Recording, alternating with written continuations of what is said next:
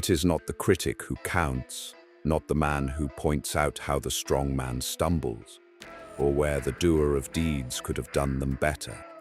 The credit belongs to the man who is actually in the arena, whose face is marred by dust and sweat and blood, who strives valiantly, who errs, who comes short again and again because there is no effort without error and shortcoming, but who does actually strive to do the deeds, who knows great enthusiasms, the great devotions, who spends himself in a worthy cause, who at the best knows in the end the triumph of high achievement, and who at the worst, if he fails, at least fails while daring greatly, so that his place shall never be with those cold and timid souls who neither know victory nor defeat.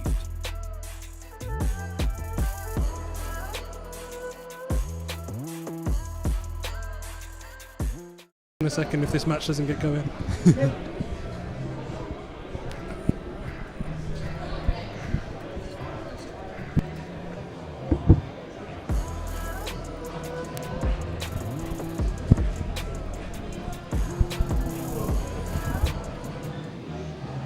Hello.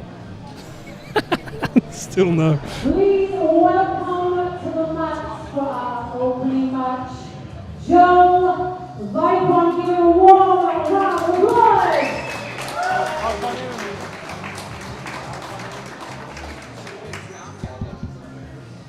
And Evans, go! First match at 67 kilograms, ready to go.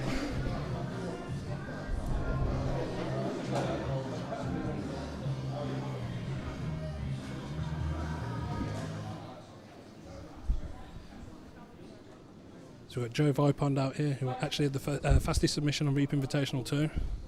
So have to keep our eyes peeled for this one. Evanstone from Balance Mixed Martial Arts, so a bit of a mixed martial arts background, so we'll see a bit more top pressure, a bit more MMA applicable style grappling, some quick inversion by... It might be another fast finish here. He's in on the leg, he's deep in knee bar.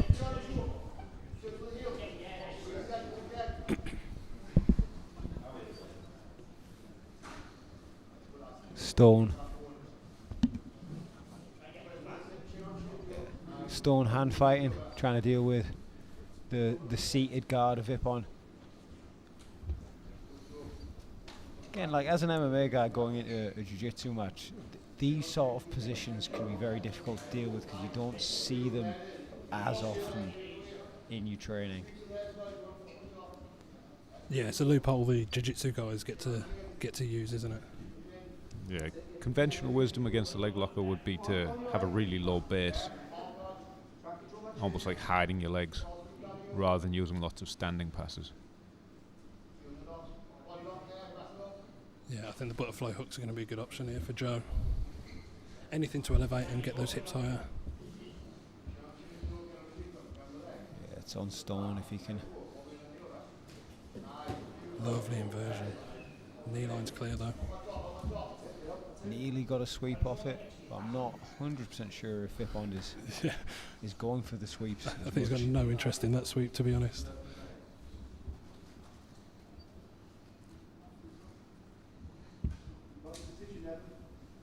You can tell he wants another leg lock finish. Evan's just trying to figure out how to get past these legs to get his work going. Yeah, if he can. Easier said than done, but especially with that weird sort of butterfly hook that Vipond's using. But if he can clear past his knee and get some kind of chest to chest connection, and kill a lot of the leg attacks. Another inversion from Vipond. Yeah, got to be careful to commit in these inversion positions here. Might end up giving up his base.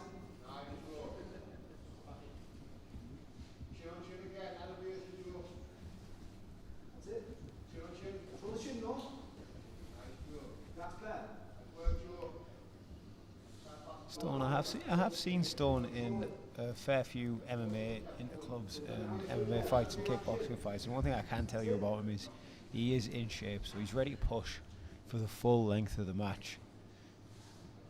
It's just, it can be quite difficult to exploit that advantage. Yeah, using big movements or anything now, trying to use too much energy is going to leave himself vulnerable. Joe training out of Exile Jiu Jitsu, which is obviously a room full of savages led by Cal Pacino. So he's no stranger to absolute warfare, training in a room like that. Yeah, Cal's obviously known him a long time. Excellent jiu-jitsu. Yeah. And everyone in that room's got a very aggressive style of jiu-jitsu. You think training in a room like that, those kind of fast movements are going to be very familiar. Lovely transition there. He tried to attack the arm. As Evan pulled his arm out, he's gone to the leg and he might have it here. Toe hold again. Toe hold. It was a toe hold he won on the second one with. Heard He's toe in the butt from John Dale. Just remember, in leg lock situations, a toe in the butt saves your foot.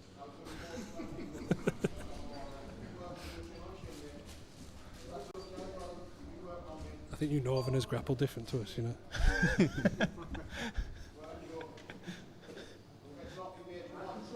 Fair enough.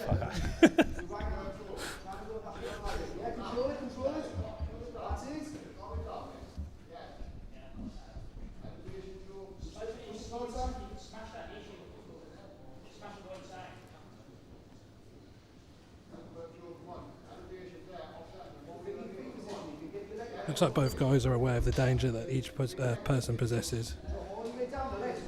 We're waiting for a big movement here. I think it's going to be Stone that's going to make it. Last time Evan tried passed the guard all in one go, he nearly got caught in that armbar. Yeah. So he might be a little bit more hesitant. But we've only got 3 minutes to play with now. It seems like Evan wants to pass half guard to the left, but that also seems to be Joe's stronger side of half guard. I mean, it seems to be a classic thing in all kinds of grappling where everybody knows everything one side. Generally, you pass to the left and you play guard to the right. It seems that people... He's inverted. Yeah, nice triangle.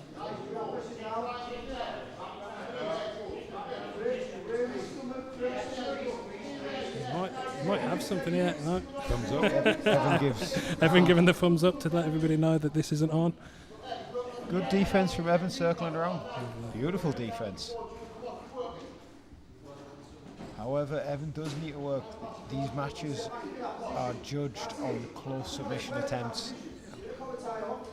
He's not really got any of his own offence off in that regard. I think it's starting to show every time Evan makes a big movement and a fast movement that it puts him in danger.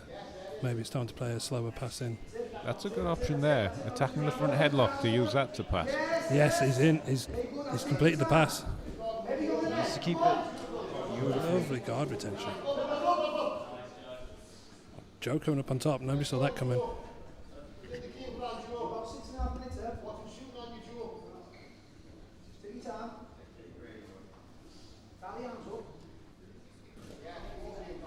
I think we all saw that guard pull coming. Yeah.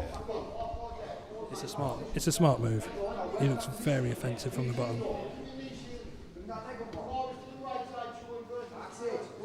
Very clear game plan, sit to guard, try and invert, get under on the legs. But this front headlock attack, or trying to wrap the guillotine, is potentially a good option to help him pass. Yeah, it worked very well last time. That's a little bit of tie clinch. 3 minutes left, we've been told. I think the timer was wrong on the screens.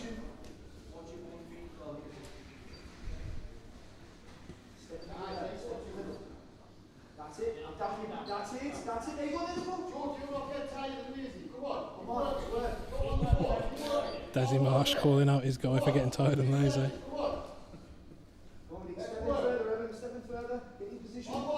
Oh, that's a lovely armbar attempt. And that is another submission attempt thrown in there to try and level these the scorecard.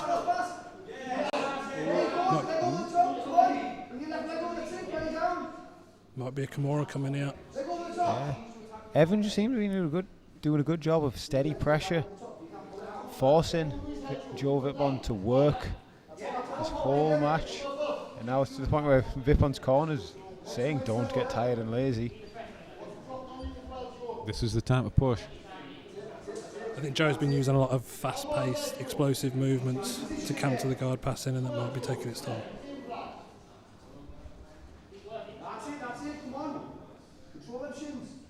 But I would still say, under the scoring criteria, Joe is comfortably ahead at this point. Evan really needs to get a few more submission attempts going and just get some closer submission attempts going. Yeah. He needs to get on the snap downs. He needs to just force the pace here. Interesting that Joe isn't scared to stand here.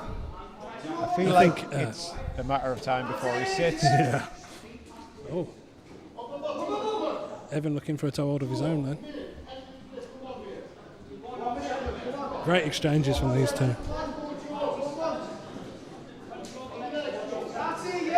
Beautiful work from Evan there. Yeah.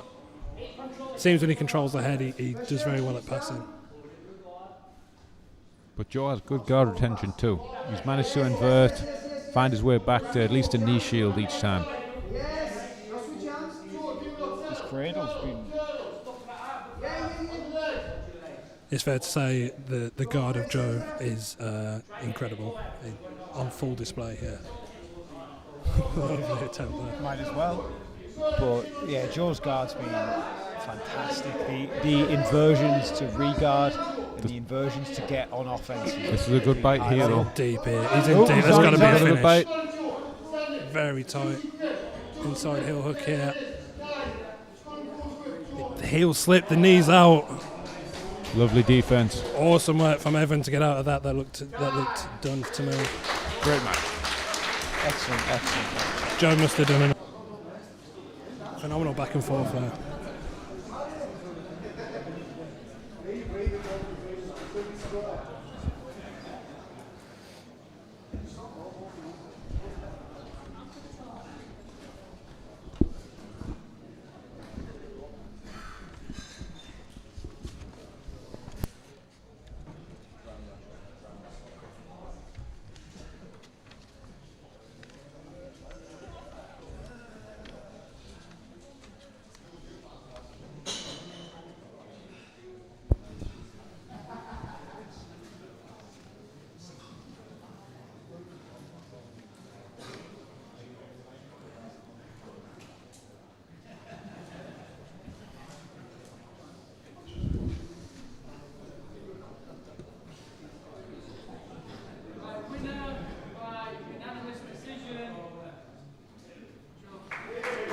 Joe Vipond with the win, I think rightfully so there.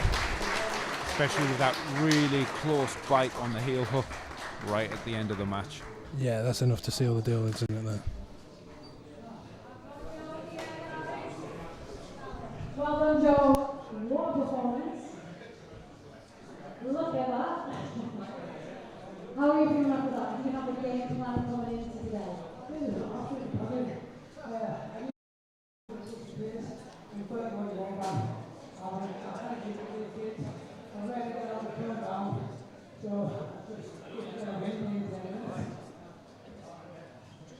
Incredible job, guys. What a way to open the show. Congratulations, Joe.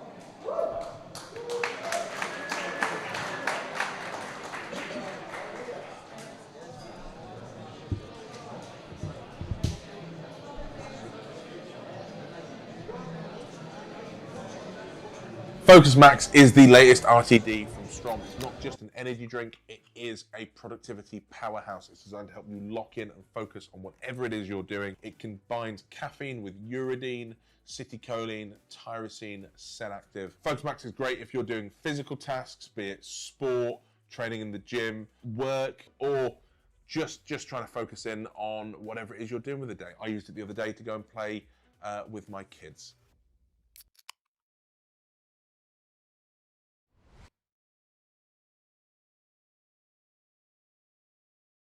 This might be performance of the night. They're going to come out for more. Oh, there's an arm and there is the top. Wow!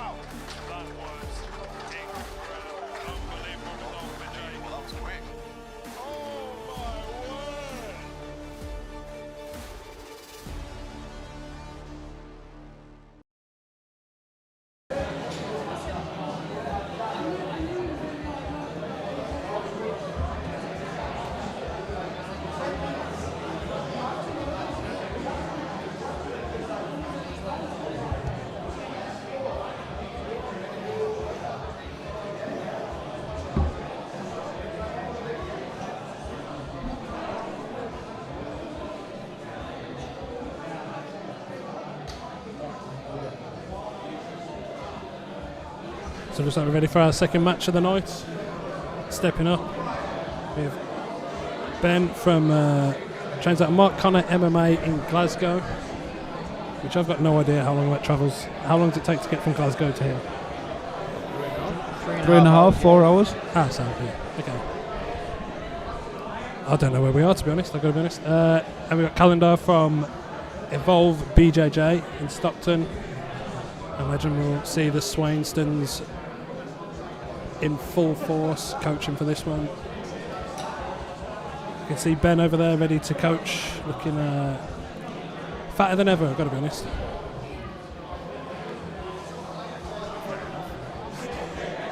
I can't talk. You can't talk. I recently had my jaw unwired. I've just been eating all sorts.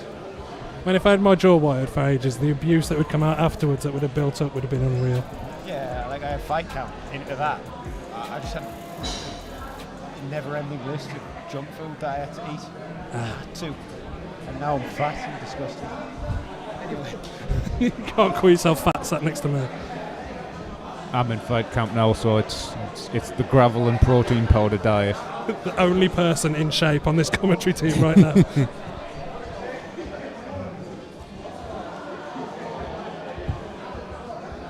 Guys, welcome to the match. Please give a hand to Dazzy.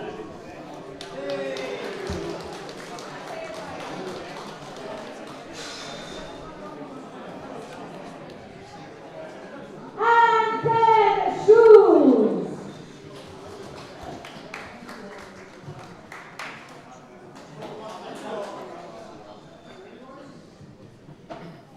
Another very light match, 67 kilograms these boys. I expect a fast pace as always. Double guard pull, love to see it. Straight on the leg. Straight in, that Zari. might be tight as well. He's going to have to... He's working very, very aggressively on that heel hook then. Schultz himself, a leg locker, took gold in the ADCC Nationals with a knee bar. It's going to be a shootout. Yeah, neither of these boys are interested in coming up on top here. Oh, as I say that. Another inversion from Ari.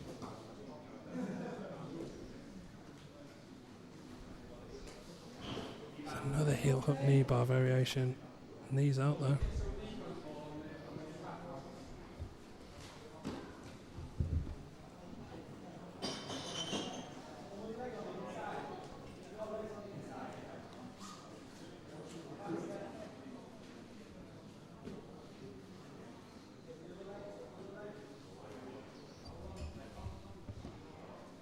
You know, the double guard pull position gets a lot of stick, I think, and as long as people play it like this, I think it can be exciting.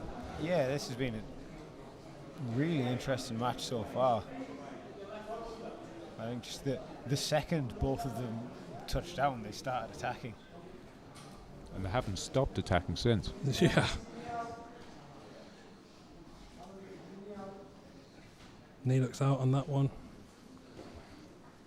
I was going to say credit to the defence as well. It's a very hard thing in a lot of these leg lock positions to be mindful of the counter offence Gosh. as my you're going gosh, for that's your own another- attacks. It's another deep attack there. Knees out again. There's a toe hold on the inside. Knees out again. Yeah, they're explosively attacking and then escaping. And it's very hard sometimes when you think you've got a bit of something to then drop it to escape because you're in danger yourself.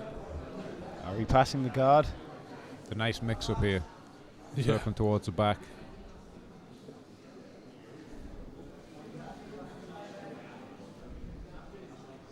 Tidy guard retention.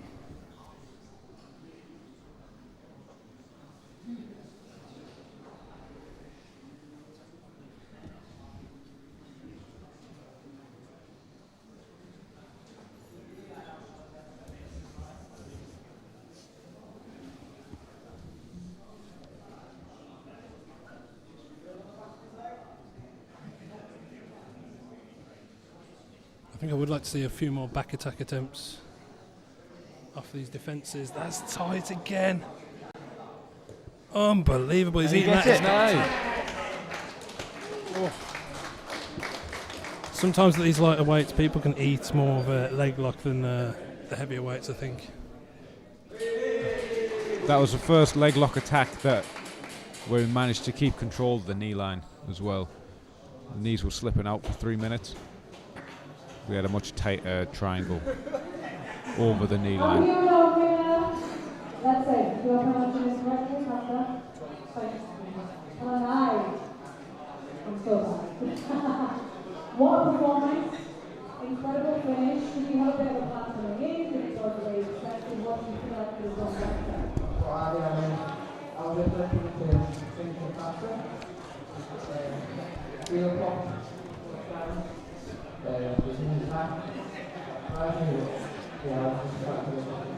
You have a few close calls there. I could feel it in the audience. Was you that, do you think? Never. Give your hand up for our winner!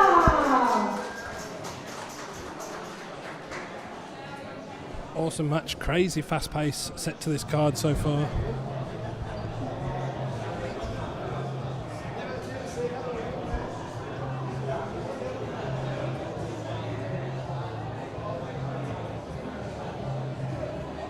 Just highlight reeling in the back. My name's Dave, I run Get Strong, Roll More. I've been grappling for the best part of a decade, and I set the whole business up to bring high-level strength and conditioning to everyday grapplers and competitors, because when I first started there was very little in this space. Yeah, I really believe that there's an awful lot of benefit which grapplers can get from basic strength training that will mean they can train more often, they can train harder, and they're less likely to have injuries take them off the mats for long periods of time. And if you want to earn your black belt, you need to be on the mats for the best part of a decade. The idea is it's going to allow you to do more of what you love. And that's why I went with the name Get Strong, Roll More, because it is that straightforward. If you aren't robust enough, you're not going to get on the mats as much as you want. And all of us only has so much time that we'll ever be able to devote to it. So we might as well be able to make sure we can maximise that as much as possible.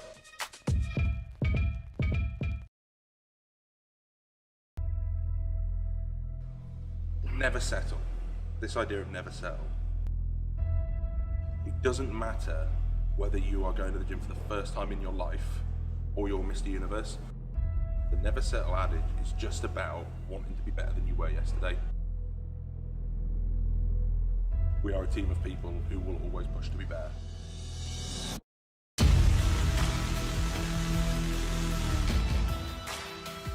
And it builds a team of people who aren't here for money or glamour. You get people who are here because they want the best tools for their training possible and because they believe in what we're trying to do.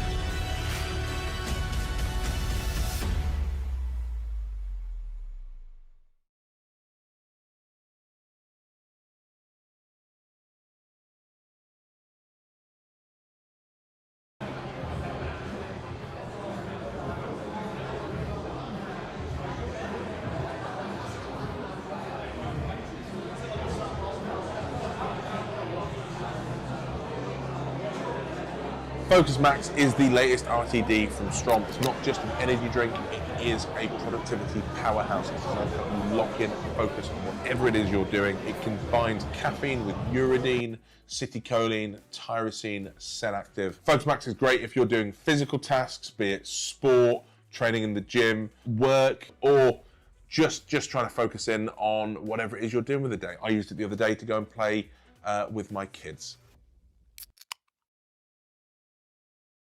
This might be performance of the night. They're going to come out for more. Oh, there's an armor and there is the top. Wow! That was incredible. Unbelievable result for Jay. Well, that was quick. Oh my word!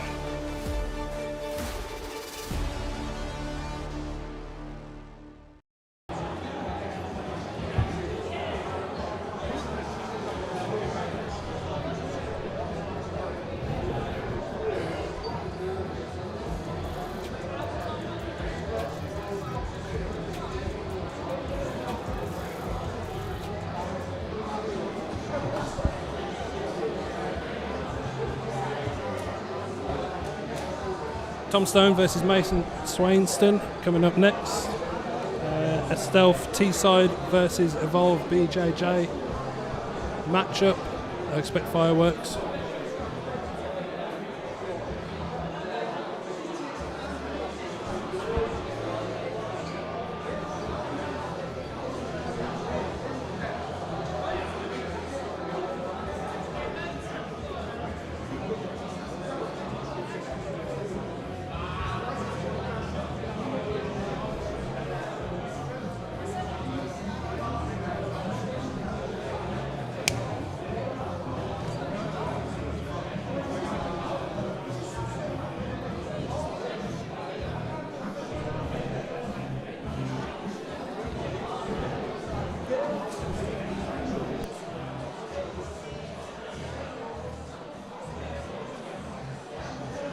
The room really starting to fill it up now.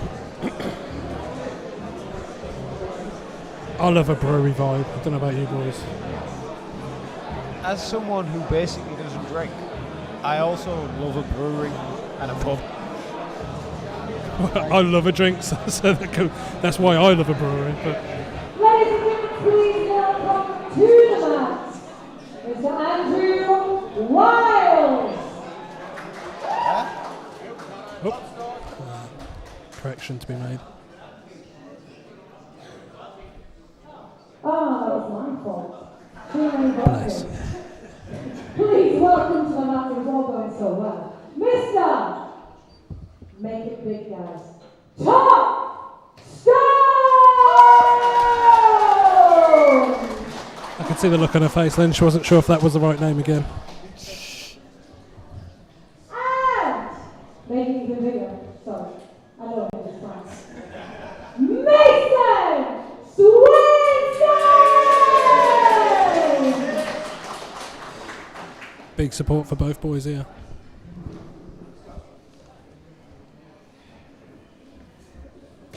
Heavy collar ties from Swainston. They're aggressive, are the Swainstons. Low ankle lift. Beautiful balance. Yeah, phenomenal balance. Straight into a jumped gilly into a leg attack. I love a guy that's in a bad position and attacks anyway.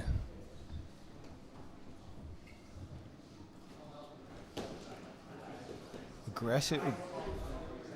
In the past looked easy for a second there, but he didn't solidify it. Almost too easy. Maybe Stone is just really confident in his escapes. All these submissions from bottom side control these days, people start to play in it like a guard. It's ridiculous. Another pickup. Ooh. And into the crowd we go.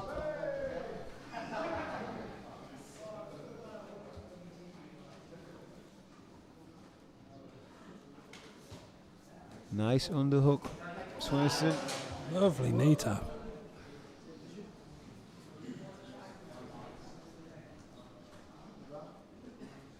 Who's on the others? They switch sides here.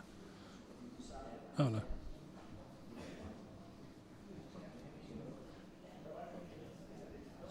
It's not a bad starting position for the armbar. A single leg of his own. Stone's escaping. Lovely takedown. Whoa.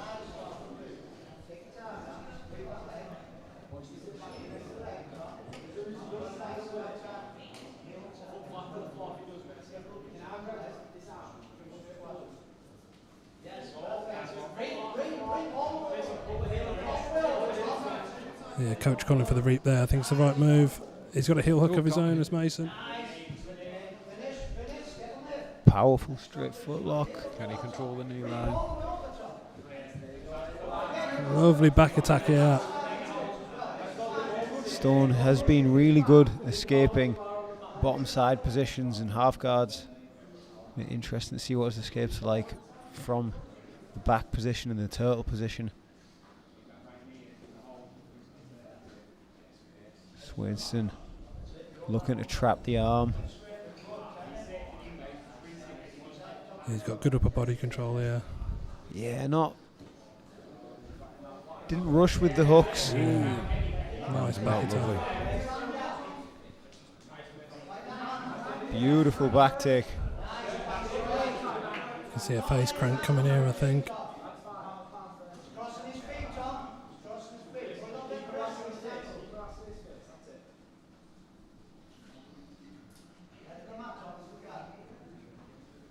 Taking his time, Mayson. It's the right thing to do in these kind of scenarios. Strange sort of overhanded grip with the non-choking arm there. It's kind of this game of one potato, two potato, switching hands until one finally gets under the neck.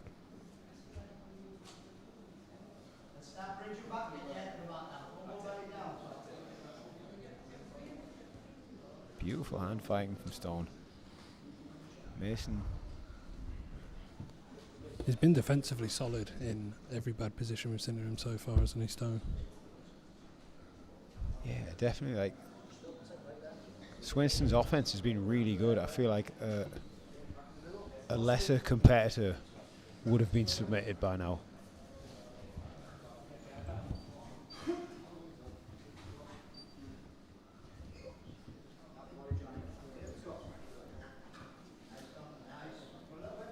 I don't know if he's looking for that ankle lock from the crossed feet.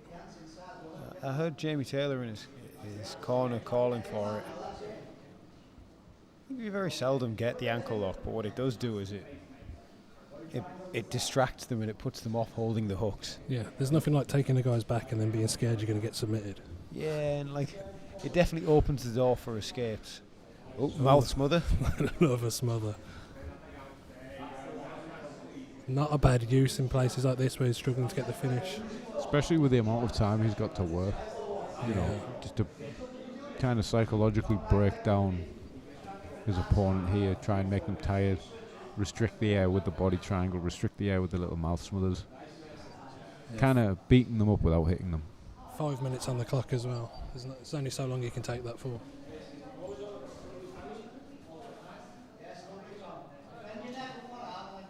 Beautiful job by Tom of clearing the body triangle.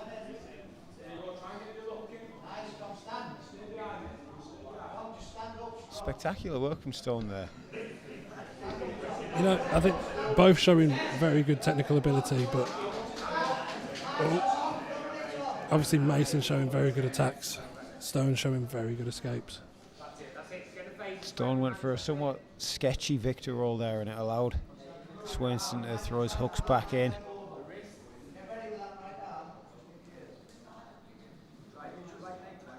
Mayson is doing a good job not to wear down his gas tank here. It can be easy just to start throwing spaz finishes from these positions. Arms trapped. Really bad situation. Arms trapped, mouth is smothered. Has that got him under the chin?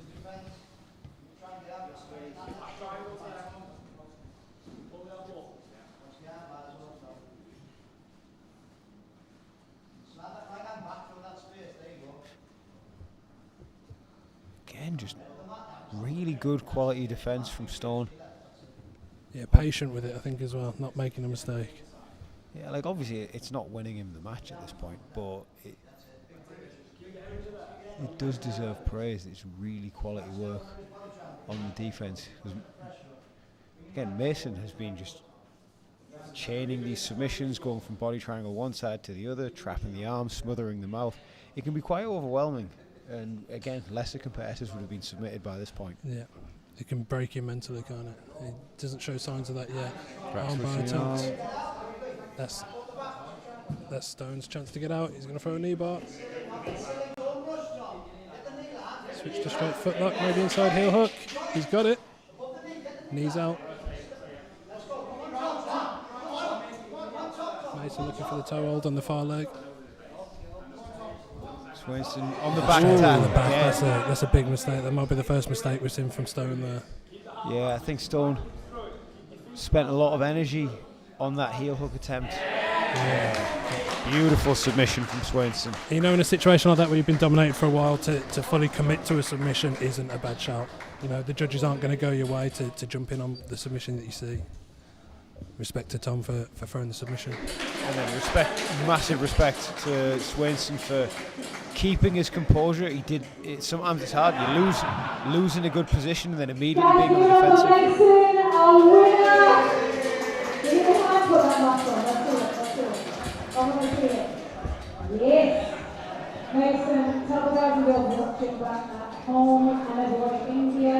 What is it game plan coming in? There's a lot of back control after a crazy start. Yeah, exactly. We're trying to get too back in the show. How do you feel about everything? You won't go. I'm not offering you that. It's okay, don't worry. Guys, see us go winner. Woo! Yeah, massive performance from Mayson Swainston there. Unbelievable. Constant attacks, relentless. Although Tom did a phenomenal job to keep himself safe, like the relentless attacks from Mayson, calculated attacks, no big mistakes. Yeah, phenomenal work.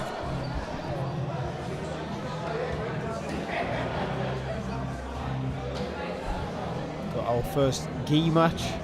First and only gi match, I think it is. Coming up next. Got Andrew Wiles versus Miles Hindley. 82 kilos. Blue belt. Knee reaping allowed, but standard blue belt rules of no heel hooks. You know, I really like that. I hate these resets from the knee reap. I mean, you can take heel hooks out, whatever, but Yeah, It'll just allow the game to flow a lot more, rather than a foot crossing the centre line slightly and it's put the match in jeopardy. there's like a lot of good straight footlock attacks from that reap position that you're then not allowed to do because you can't reap the knee. I understand the heel hooks, especially at the blue belt level, that's fine, take them out, but yeah, knee reaping's a nightmare.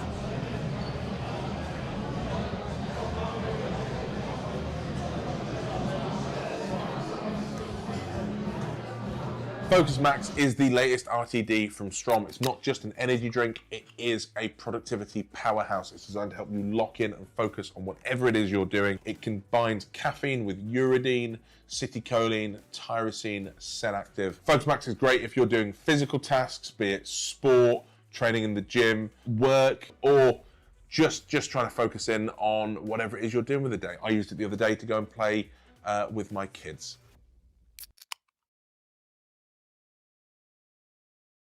This might be performance of the night. They're going to come out for more. Well, there's an Awais and there is the top. Wow! That was incredible. Unbelievable result for Jay. Well, that was quick. Oh my word!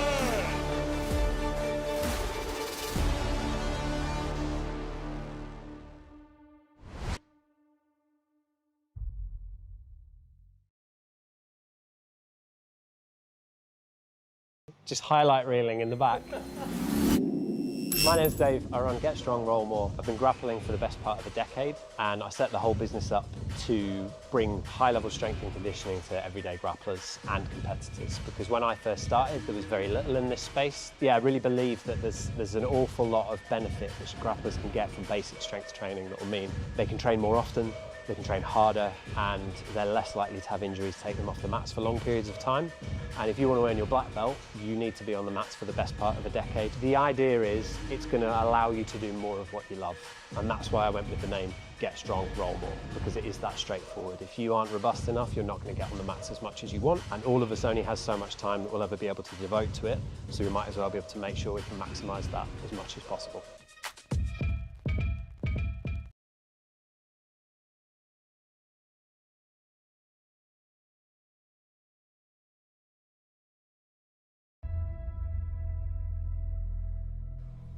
Never settle.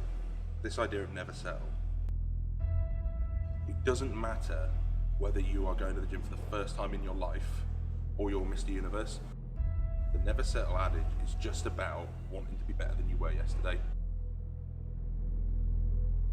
We are a team of people who will always push to be better.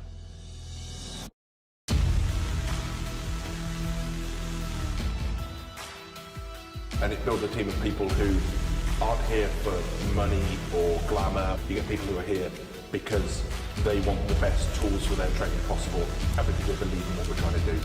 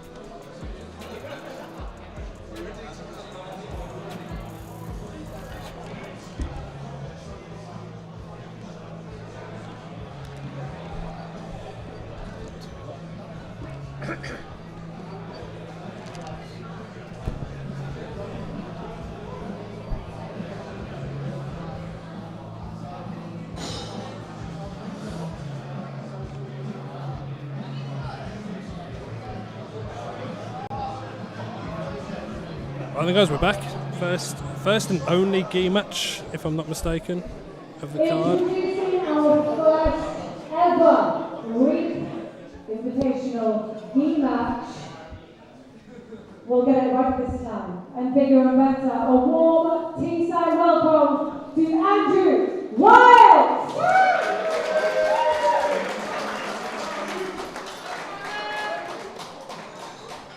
And a hot Teesside welcome to Miles Hindley!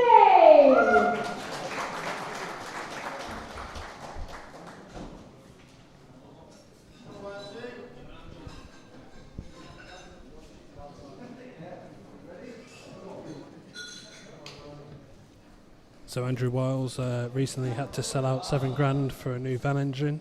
So if anybody needs any plugs changing, please contact Teesside Electrical Services. That isn't knowledge I just had, that is actually what he put down on the form. And Miles Hindley. Just a big reap sporter from London. Massively undersold himself there. Oh, fair enough. Come all the way up to have a grapple, possibly a palm all, and then head back. Pretty similar to myself, I've got to be honest. Wiles. He was underneath Hindley. Hindley attacked a single leg and Wiles really heavily committed to a collar choke and has ended up in bottom half guard. Hindley using that Kimura to counter the half guard sweep attempts. That Kimura does look like a tight grip. Wiles able to grab at his own jacket now. Nightmare in the gi when they can grab their own belt and stuff for the Kimura defence. Interestingly, he's reaching under and grabbing the foot like he's going to attempt to sweep when Hindley commits. Yeah, I think we're in a bit of a stalemate here where both guys are threatening. He's released the sweep. Don't know if this Kimura might be close.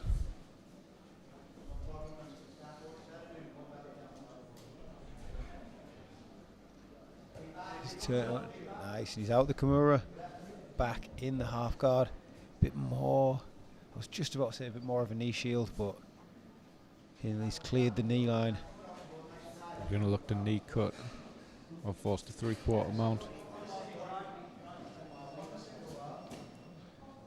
He's playing that low half guard very well. Nightmare when they collect the second leg like that.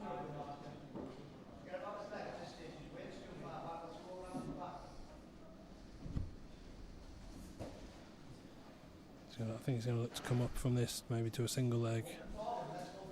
Looks like Miles isn't giving him the space. Might complete the sweep though. Interesting back step. Maybe Hindley's going to look to try and go back to the Kimura. Is he going to complete the sweep? It wasn't far off. Nice attempt. Good sprawl from Hindley. It's quite tiring work to be doing that from Wiles. Yes. Wrestling up on the single. You're kind of in a crunch position. Your breathing's not the best. Oh, and it can be annoying when you commit that much energy and don't get the reward for it. Especially now, because he's defending the back here. They're a really tight single hook ride from Hindley. Yeah, there's a lot of attacks available to Miles from here. See what he goes with. Almost a chair sit attempt.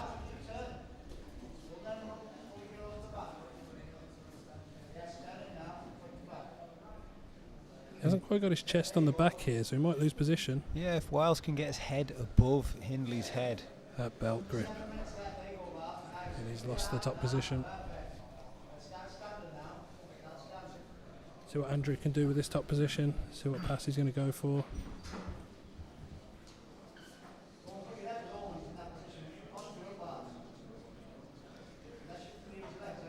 Trying to go for double leg passing. Again, can be very difficult when people can grab onto your belt and onto your jacket. Yeah, the power in the sweep, if you overcome it, is phenomenal. He's doing a good job. He's got his... nearly got his hips past the knee line of Hindley. And Hindley just did a really good job of tucking it in and getting sort of a semi-butterfly guard. Yeah, much slower pace to this match, but probably very good technical work going on.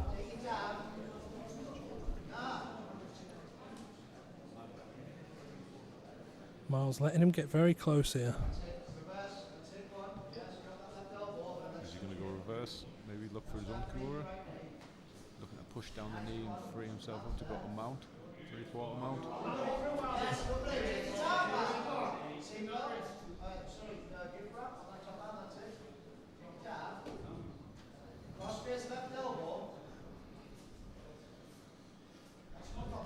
Approaching the... oh, sorry.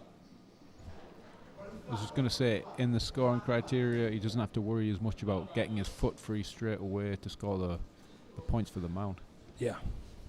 Often keeping the foot in can benefit you in controlling the position. And when you don't have to rush to get it out for the points can be favourable.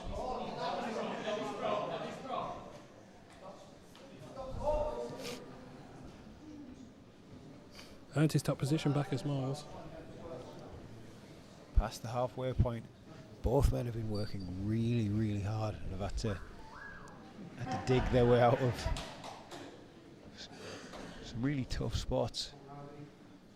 Wrestling up bottom position is an incredibly physically hard thing to do. Yeah, that slow wrestle up can really weigh you down.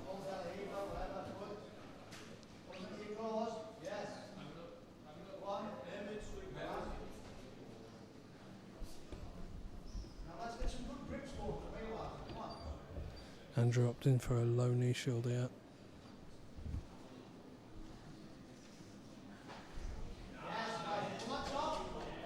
He's completed his sweep. He's given up the single leg X though.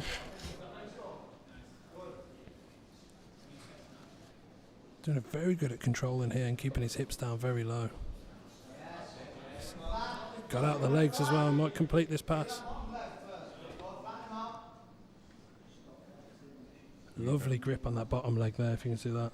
Yeah, it's going to be an interesting reset though, because Hindley had a Kimura grip, or at least had some sort of figure four. From top and bottom position, Hindley's been using that Kimura pretty well. Yeah, agreed.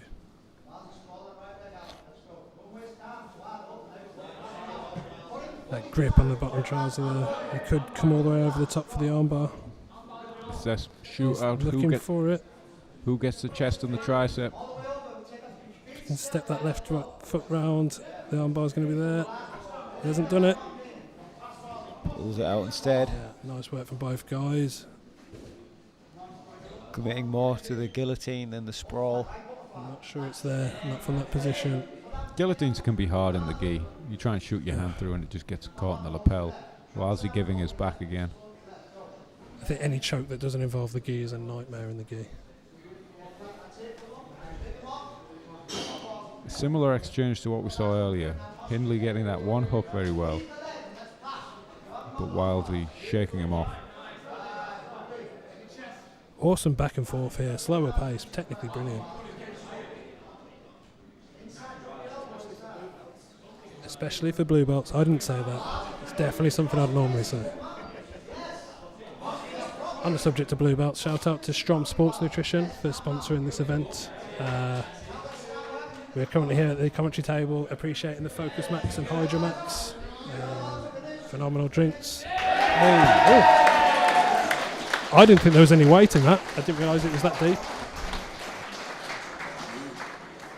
Yeah, fantastic collar choke finish.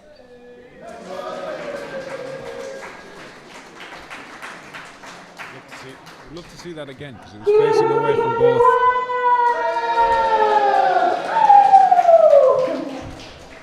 Tell me about, did you have any plans going in with your training for this fight, and what do you think of your performance today? As long as possible, obviously, due to We all want to go as long as possible, right? So it was a really good match to play, so strong. So yeah, that was a bit of a... I think everyone's really proud of you guys. You've got your winner, first ever match.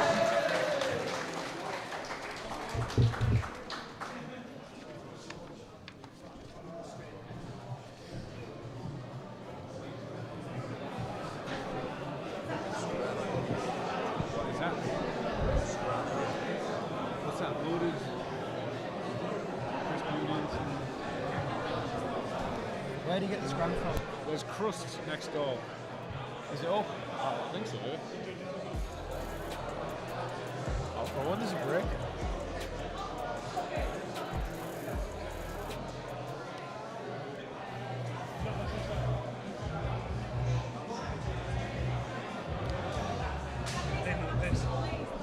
Fair enough. Too many points. Pints and caffeine.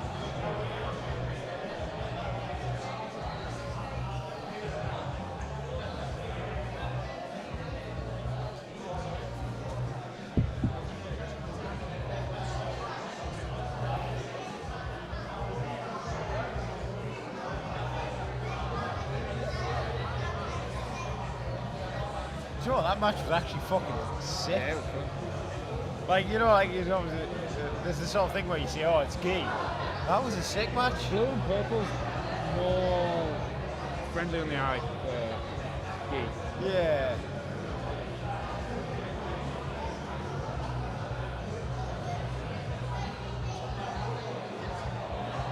And there was a few times where he come up on the single leg early and he posted on his elbow, where I think if he'd have caught it to his hand, he'd have, but like, to have just dug himself out with his elbow on the single leg. That bell grip on the underhook and half guard is so good. I think that's so much to say.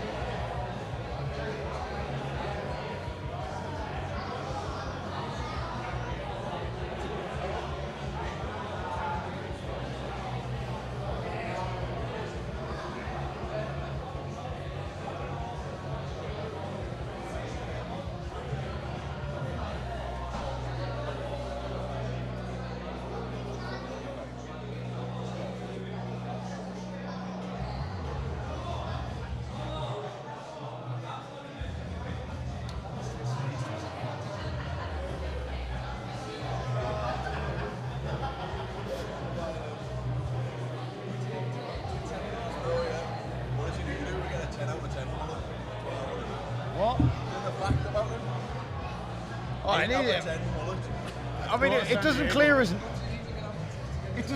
neck. It needs to go like, yeah, it needs to go like. I feel like you need a mustache as well to be a 10 out of 10.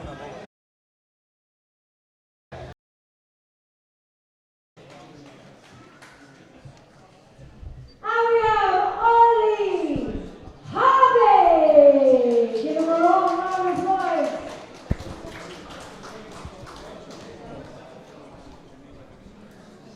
85-kilo bout, last match of the prelims. They almost look like real people at this weight. Max Davies from Stealth Teesside and Ollie from London Grapple. That's another big drive. Another Middlesbrough versus London match.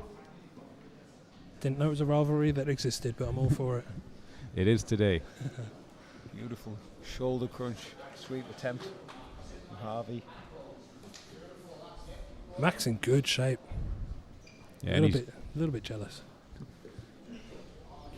Oh, there's a crack out of that toe hold. Ollie doesn't want to tap to it. I think it was his ankle that cracked. Yeah, Max looking to the crowd.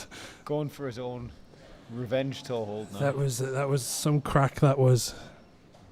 It's the thing with toe holds is that the damage is never like catastrophic. If you're a bit of a psychopath, you can just kind of eat it. Very interesting position. Oh, I call this the reverse cowgirl. Have you never done it? Ooh. Oh. A toe hold of his own. Yeah. Absolute shootout in that match. Ollie Harvey with a savage toe hold finish there from reverse close guard. Now give it to your winner, Ollie! Wow, Ollie, come close. That was quick, but how do you feel about the finish? He belongs to my shit, but what I do, wearing, shout out Ellis and shout out Dazzy. Good match, thank you Max, thank you Reed, it was a great day. Exactly, thank you so much. Give it up for your winner, guys. I think he's walking a little sheepish there, but nothing like eating a toe hold to give one back yourself. Respect to Ollie there.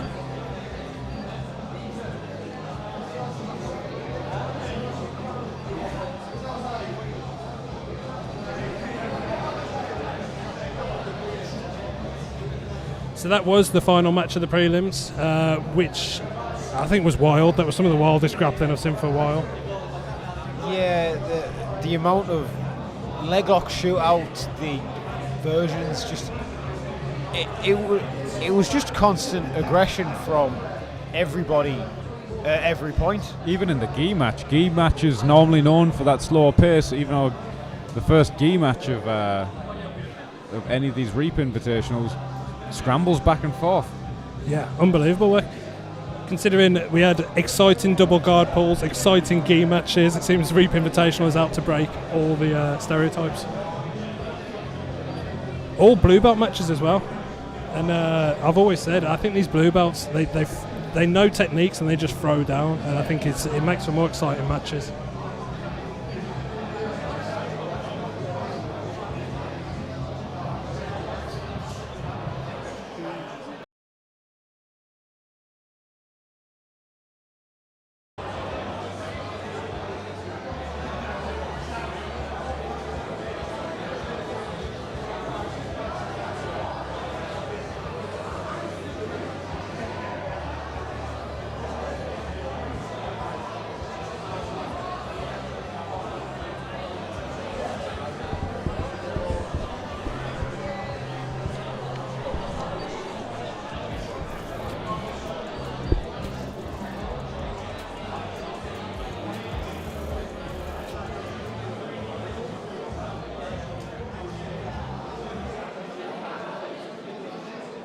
Ladies and gentlemen, we've come to the point where it is the main card. Please, a big huge welcome to the match. Dazzy, March! And Awais, Hussain!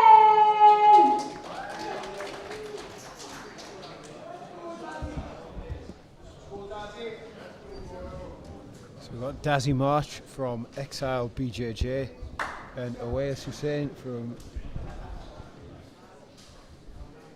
We don't have it written down. I know him quite well, and I don't even know where he trains. He does do a bit with Ben Bennett at Mataleao. I don't know where else he trains. Awesome matchup this though. Honestly, what a way to open up the main card. Awais already been reffing fights tonight, so pretty busy night for him. Yeah, shout out Pov Jiu Jitsu if you haven't seen them. They do some awesome videos. Dazzy, obviously another one of Calpacino / Northeast boys, training under the likes of Cal and Ellis Younger. Like, this guy's got some training rooms to be in.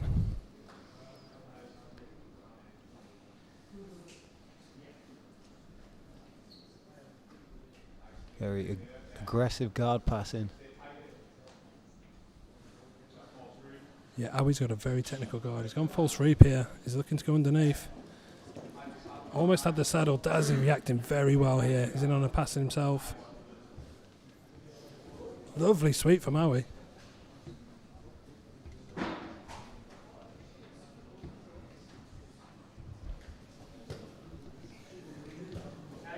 Beautiful. Clubbing with the collar tie, going over to his left, faking really, really hard with it, and then jumping over to the right. I was catching a cradle here as well to convert this pass. Yeah, cradle's a good way to shut down a lot of the inversions and jiu-jitsu attacks of the bottom guy. There's limited offense from the cradle position, but there's a few things you can go for, but there's a way of nullifying what someone's doing and shutting someone down and setting your position. It's really, really good and underrated, I think. I can't see if he's got a chin strap or a smother underneath there, but he's definitely letting his presence known. He keeps alternating between trying to dig his hand under the chin and then using the smother to pull and then grabbing the wrist. There's something to just constantly attacking as well, giving him no options. How he's just on the bottom having to defend this onslaught. Lovely stockade position. See how he's punching his knuckles into the mat through the armpit. Good guard retention.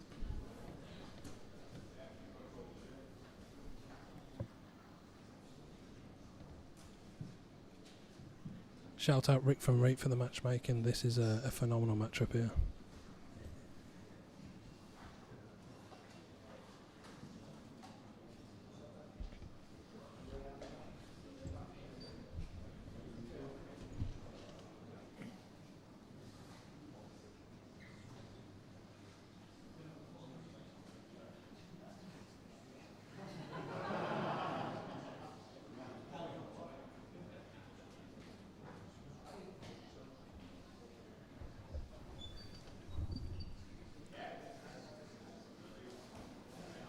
Doing very well passing to that right side.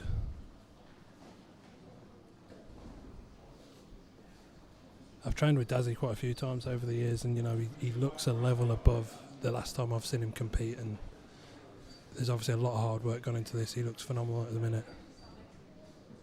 A lot of really good work going between postures, tripoding up, getting his knees down to the mat and getting his hips back when he needs to defend the leg. But Awais keeps attacking, keeps inverting well whenever Darren gets past the guard. He's got that arm over the head. I did see how we win the UK ADCC Nationals with a Goff lock the other week, so something to be thought about if Dazzy passes. It is very interesting. Dazzy was cornering Vipond against Evan Stone earlier, and the match looked very similar to this, but the other way around. Yeah, you're exactly right. You're exactly right. I think Dazzy's been coaching for a while now over at Exile with those boys. As I say, when you're in the room with people like Ellis Younger and Cal Pacino, like the technical knowledge he has is phenomenal. Going for a front head attack. How we gone bear trap here? She's going to cause a problem finishing the pass. Hasn't solved the problem though.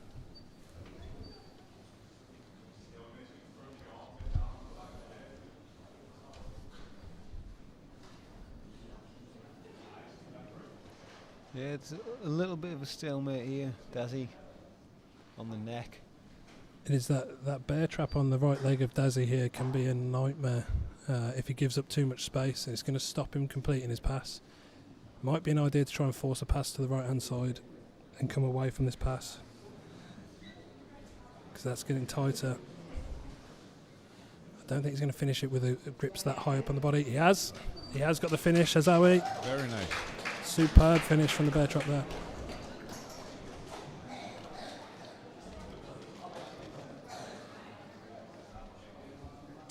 Phenomenal matchup there. Congratulations to Oley from POV Jiu Jitsu. Another really good clash of styles, leg locks versus guard passing. The leg locks came out on top this time. Oh, I love it, man. I'm here for it all day, every day. Oley demanding a different coloured mask. He did not appreciate the pink one. I'd take that pink one. Guys, give it up for Oley.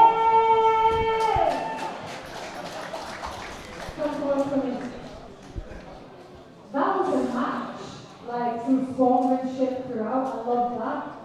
A lot of top control from your opponent, but a sneaky finish. Please tell me about this. How do you feel about that? Still fine. I've known Dazzy a long time.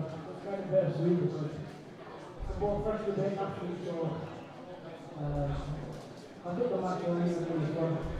But I know he's well versed for everyone. But the passing game, the leg lock game. But I believe in my leg lock, I believe in my skills. That's why I'm not always jumping at things and you see me very slow and I let it do everything and then I'll pause it. So that's what I did.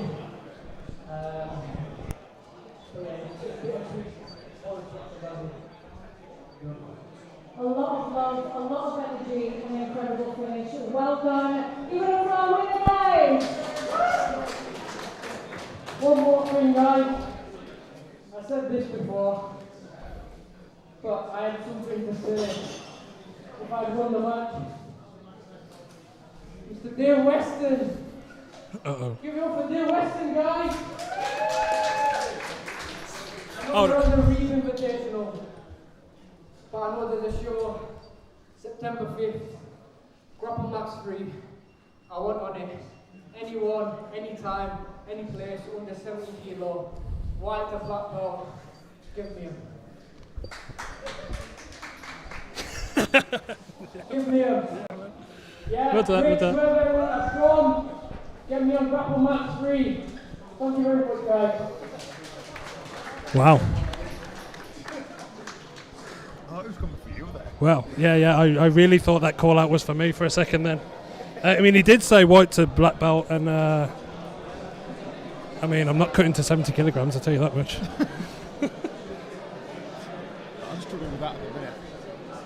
I tell you what, that might be the highlight of my career, to be sat next to the Hardwick brothers and get a shout out. He looked over here and went, Dave Weston. I was like, yeah. I'm a way bigger fish than these boys, I'll tell you that much.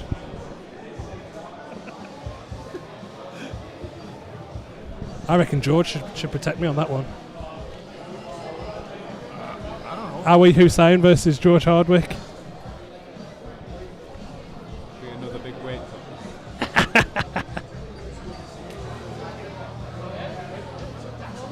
Well, if you do that, I've got to put you on a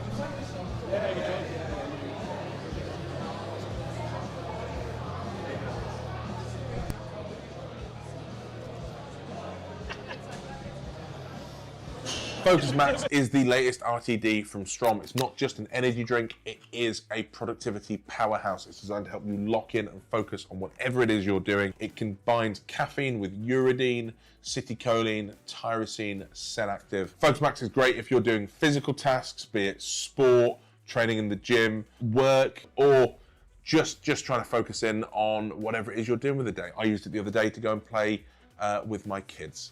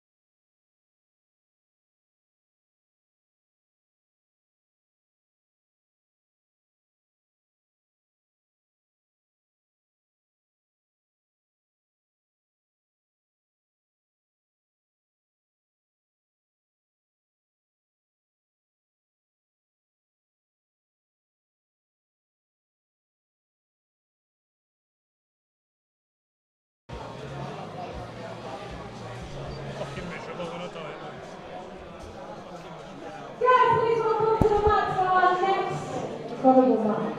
I'm looking forward to this one. On my right, I've got Mr. Max Ashton. Give it up. And on my left, I have Mr. Mitch. I can't have myself. Ole.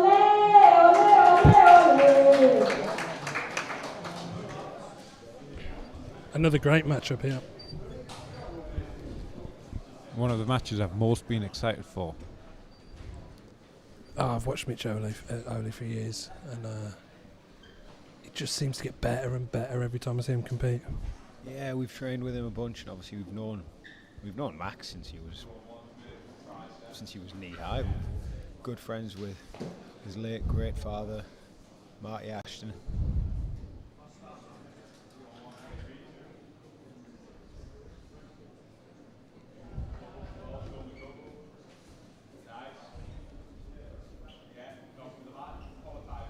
Did you say since Max was knee high?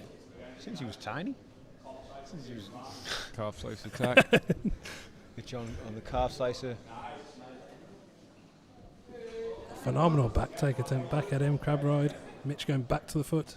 Could be a knee bar. Max pressuring in. Another allow Mitch to extend. Another lad out of... Oh, that's a nice toe hold on the top foot there. Very creative. Might make a movement. Another lad from the northeast Jiu Jitsu team, man. Like, talk about unbelievable teams. Got to be up there with like one of the best gyms in the UK for sure.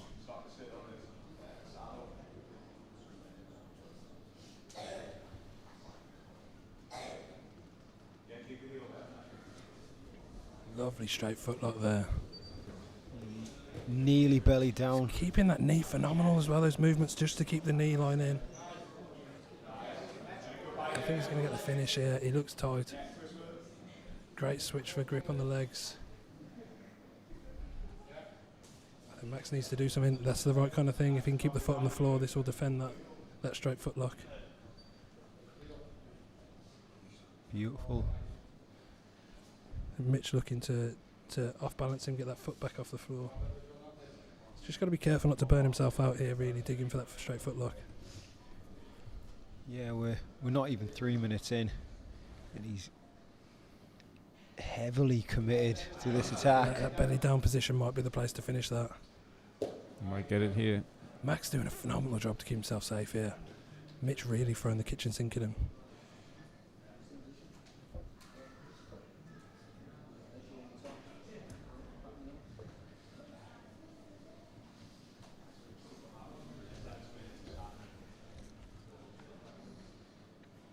This main card really is phenomenal.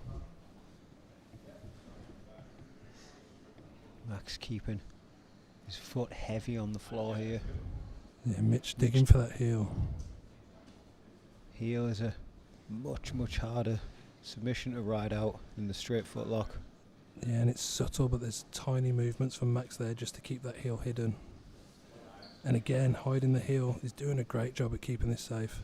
He's keeping it on the straight footlock, which he seems to be able to eat at the minute. Rolling when he has to. This 50-50 position, it can be hard to finish from, and it's very hard to get out. Yeah, I think that's the key to it, isn't it? Is Mitch has now got time to just keep firing as long as he stays on the offensive side of this.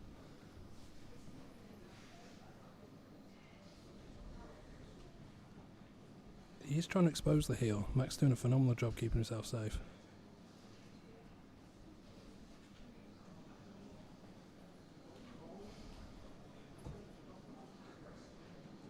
Yeah, really good combat bears, pressure forward from Max.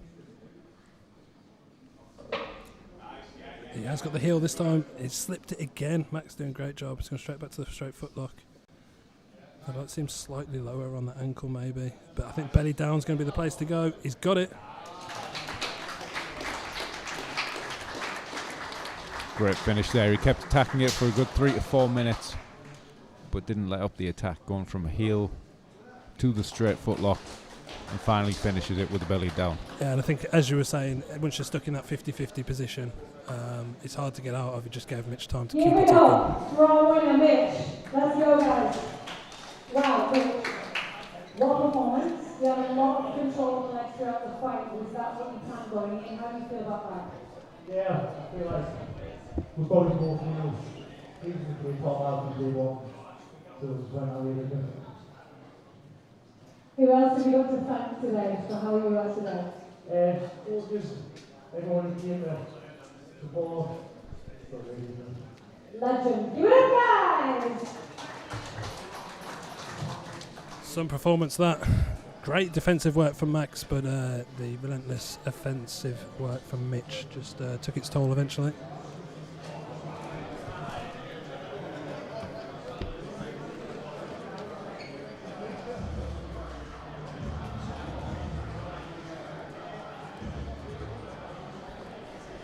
Oh, we got a big matchup coming up. Yes, 100 plus kilos. This is what I'm talking about. You've got to hope these commentary desks are strong enough or reinforced. I'll have your back this time. I love the big lads. And, you know, a lot of open weight matches generally end up with a lot of top position fighting. Steve Ellis is a phenomenal athlete. He loves playing the bottom position. Very technical guard player on top of everything else.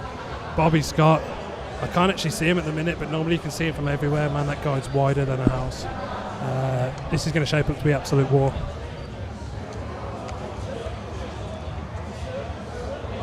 To steal a line from a much better commentator than me, you could screen a movie on Bobby Scott's back.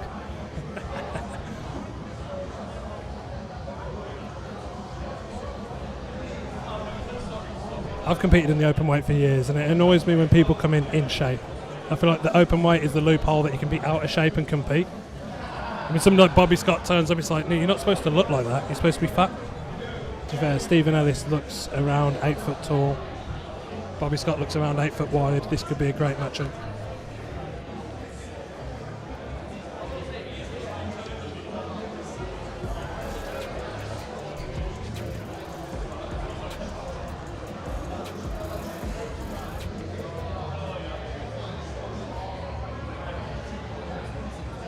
Imagine getting called out by a guy 40 kilograms lighter than you.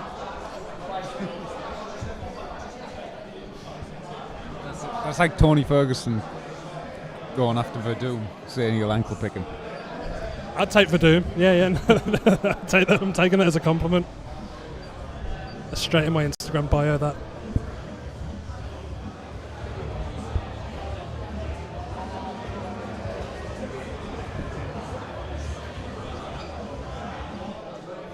Ladies and gents, one of the most anticipated fights of the night. I want you to give some big love, big energy to these two. First up, Mr. Steve Ellis and Bobby Scott. Let's go, guys. So we've got a skyscraper versus a tank here.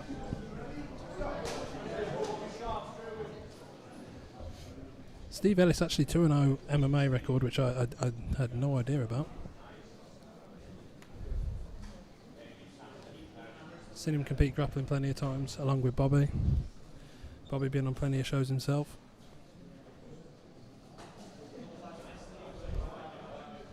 You often get the feeling when both competitors are this heavy, it's the first person to get top position. Yeah, although a bit of me expected Steve to pull guard, I've got to be honest. He's trying to use his height here and his leverage for this like collar tie, snapping him down. If anything, it's tiring having someone that tall pulling on your neck. Yeah. You'll end up giving something away. Well, Bobby's getting good head position. Sometimes at that height, you are constantly vulnerable to an underhook because anything Bobby does right now is going to be an underhook. Ellis doing a really good job with his elbow positioning though on these collar ties. Like, if you can keep the elbow tight enough, it really shuts down a lot of like underhook games and offensive wrestling positions because the elbow acts as a bar, preventing any kind of chest-to-chest position. Yeah. Stephen Ellis doing a superb job of that at the minute. He does look a foot taller here.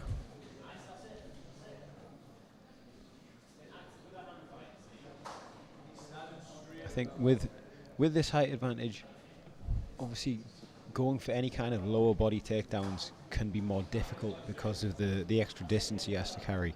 But if he is to get hold of a single leg, I feel like the amount of leverage he would have in his favour there. Yeah, Bobby's leg might go for the ceiling. It is to be said, similar, if Bobby can break the posture of Stephen Ellis, when he engages his lat and pulls him down that low, the posture break will be so low. You know, being shorter can have its own advantages. I mean, I would trade the height to look like Bobby. That guy looks like an absolute freak.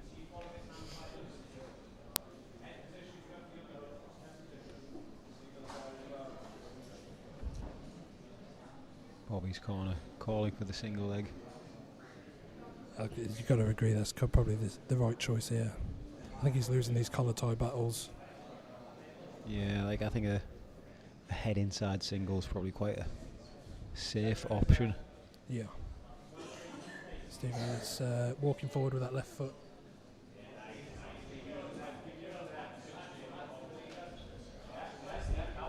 He's getting pushy. We love a good push. Pace is starting to ramp up. They're both warming into this match. I love the anticipation for the takedown in matches like this, especially when they're that big.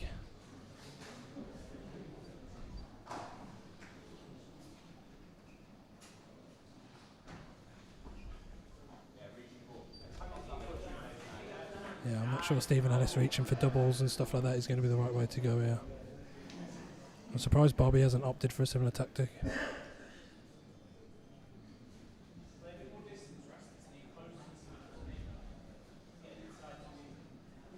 So with the big guys, you've got to be careful how you manage your energy when you do decide to shoot,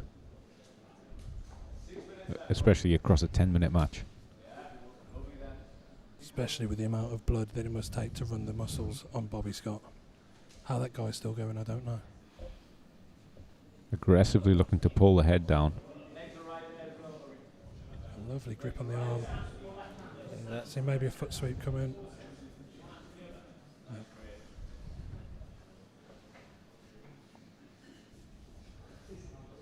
That is one thing with the... Ooh. Lovely attempt from Bobby.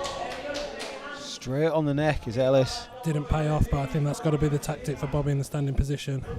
It's a very interesting tactic to break him down to the floor. Very interesting. Very tiring to deal with that sort of thing. Oh, it's a nightmare when somebody's rattling you around like that. Sit through.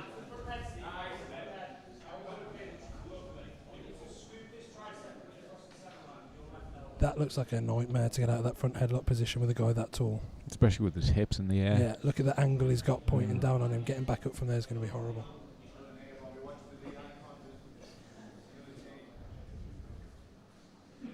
There's no rush to try and spin to the back or attack. He's just trying to almost cook the beans at the minute. Make Bobby uncomfortable in this front headlock until something opens up. Yeah, and he's opened up the back. He's got a hook. He's racing for that second hook, but I think you can do that with that extra leg length. He's lost top position. Yeah, it's the thing. This should be Bobby's game here. The size of him, chest to chest. Heavy shoulder pressure off the left shoulder. Yeah, if he scores that underhook, this could be a big problem. Lovely head control. Yeah, using his head to get Ellis's spine offline. Again.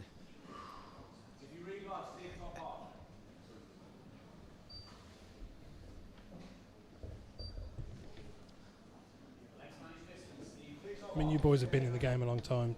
I feel like at this level, seeing two purple belts play such a technical battle, it worries me at the level of belts these days. Yeah, obviously I can't do live rounds at the minute. He's into mount. He looks committed to the neck. I can't quite see what's going on. There's a punch choke.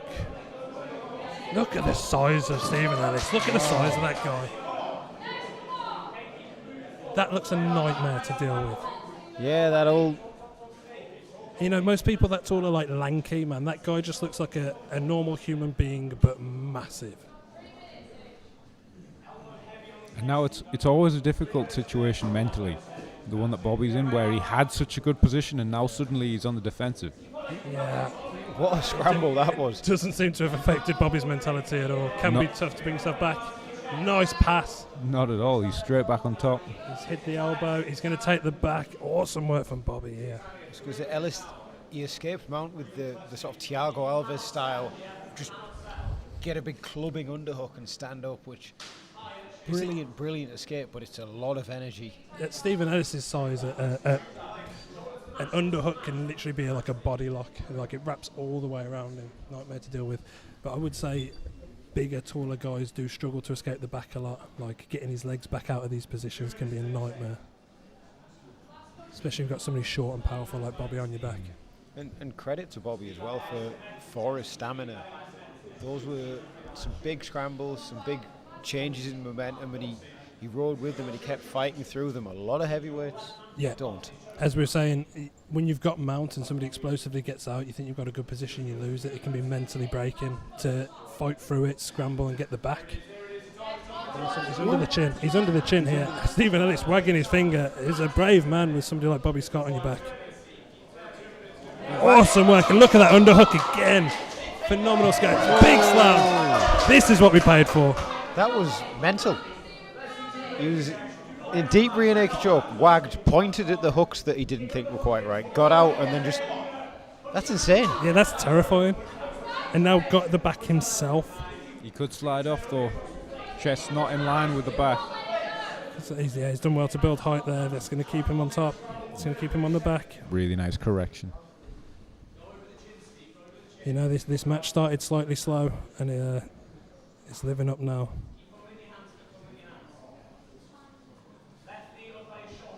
Bobby done well to get that hit to the floor. He's wrist riding now. He almost got out. I think Stephen's going to force him back into that position. Stephen Ellis, just the nicest guy as well. It's weird to see him be so aggressive. Heavy shoulder pressure. Bobby having to use a lot of energy to frame him away. We're coming into the last minute. You know, and the way their bodies are built, you'd expect like the bigger, stockier guy to explode from the bottom more, but the way Stephen Ellis is getting out of those bad positions is really, really impressive. Glad I'm not a judge on this one. Scott getting the armpit frame as Ellis attacked. Kimura, Ellis. And being that long, he just postured up in the frame. He looks a nightmare to compete against, to Stephen Ellis.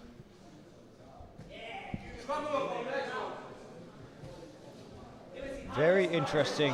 Wrapped all over him here. And with 10 seconds to go, I've got to say, I'm really glad I'm not a judge for this one. I've got no idea which way you'd call that. It is so close. Every scramble's been matched. They've both had really close submission attempts. And both held super dominant positions. What a match. That might be fight of the night so far for me. And it had a boring few minutes at the start. It always takes a bit of time for these heavyweights to kind of settle in, wear each other down with the collar ties. That being said, for both of them pushing at the end after 10 minutes for heavyweights is very impressive. Especially considering the... Oh, Bobby Scott takes it. He did probably have the closest submission attempt with that rear naked. Yes. Congratulations, Bobby. There was so much back and forth during that match. It was unbelievable. The tension was real. How do you feel how it went, and what are the key moments that you feel tended around you when you get the win?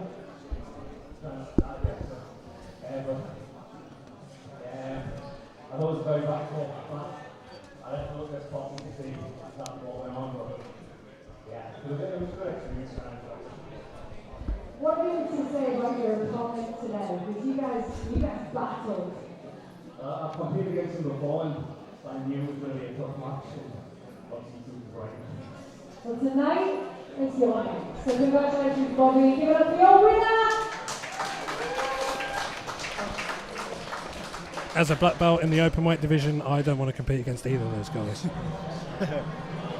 Focus Max is the latest RTD from Strom. It's not just an energy drink, it is a productivity powerhouse. It's designed to help you lock in and focus on whatever it is you're doing. It combines caffeine with uridine, citicoline, tyrosine, Senactive. Focus Max is great if you're doing physical tasks, be it sport, training in the gym, work, or just trying to focus in on whatever it is you're doing with the day. I used it the other day to go and play with my kids.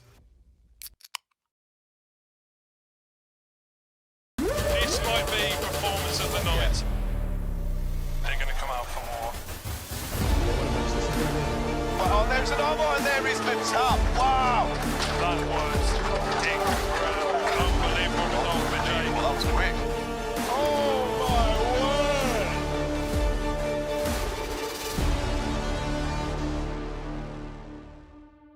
word! Just highlight reeling in the back. My name's Dave, I run Get Strong, Roll More. I've been grappling for the best part of a decade, and I set the whole business up to bring high-level strength and conditioning to everyday grapplers and competitors, because when I first started, there was very little in this space. Yeah, I really believe that there's an awful lot of benefit which grapplers can get from basic strength training that will mean they can train more often, they can train harder, and they're less likely to have injuries take them off the mats for long periods of time. And if you want to earn your black belt, you need to be on the mats for the best part of a decade. The idea is it's going to allow you to do more of what you love. And that's why I went with the name Get Strong, Roll More, because it is that straightforward. If you aren't robust enough, you're not going to get on the mats as much as you want. And all of us only has so much time that we'll ever be able to devote to it. So we might as well be able to make sure we can maximise that as much as possible.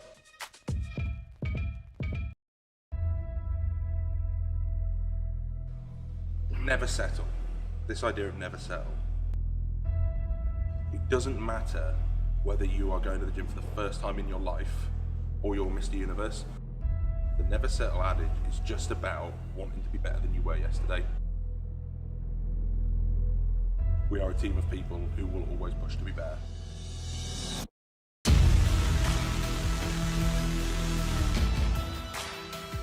And it builds a team of people who aren't here for money or glamour. You get people who are here because they want the best tools for their training possible and because they believe in what we're trying to do.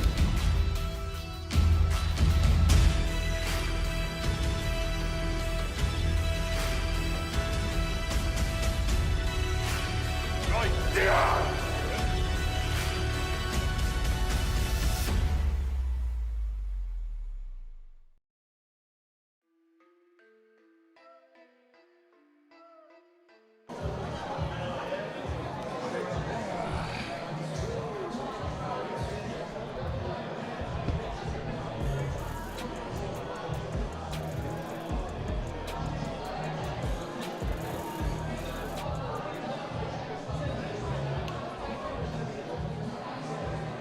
Excited for this one.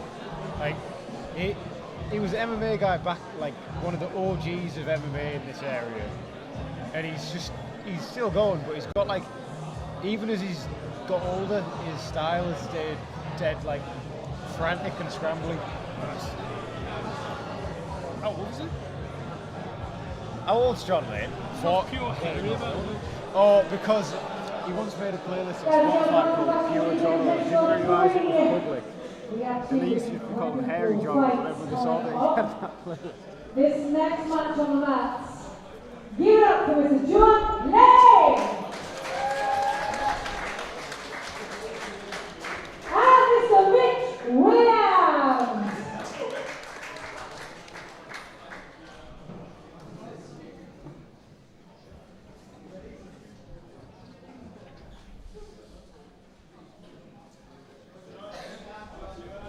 Got Pure Hairy Jono against Mitchell Williams. Yeah, you're going to have to explain the pure hairy to me. That guy's got no hairs on his body. It's just Hairy Jono, and then he once made a Spotify playlist called Pure Jono. That is all there is to it. But he's been a training partner of ours for a long time. One of the sort of MMA OGs around these parts. And has sort of maintained that very scramble heavy style as he's transitioned into a Jiu Jitsu athlete. Mitchell Williams, brown belt from Gripper Jiu Jitsu. Big up the grip. Being around. Yeah, he's a good lad, is Mitchell. Curtis Taylor in his corner making the trip out.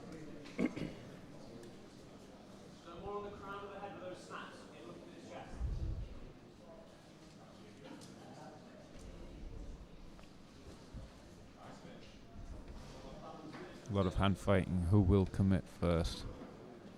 Yeah, real tactical hand fight in here. Both looking for a 2-on-1 mainly.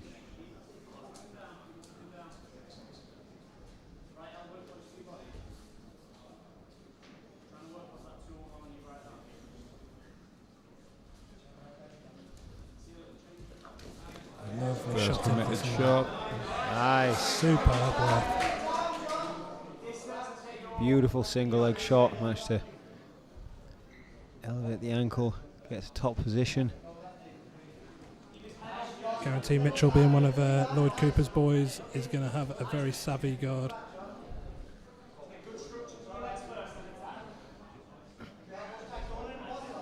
John Lane's going to be looking to find that legendary knee cut.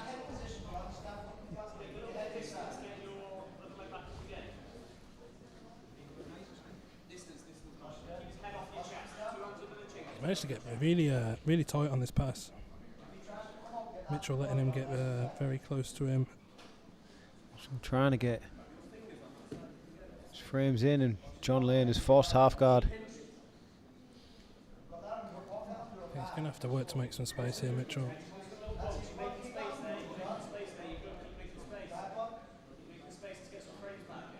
He's achieved that. He's got a bit of space. John Lane's trying to get his knee through. This might be when we see the legendary knee cut coming through. Really good knee shield and framing from Williams. Weirdly, from this angle, John Lane actually looks like Lloyd Cooper.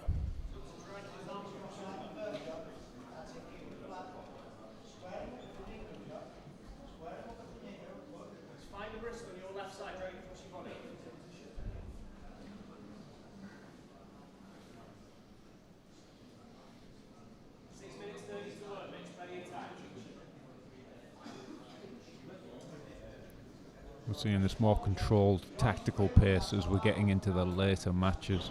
Yeah, I was going to say that the card. These two seem very, very composed. Very little emotion, very tactical about every movement they make. As you'd expect at the brown and black belt level. Bring back the blue belts.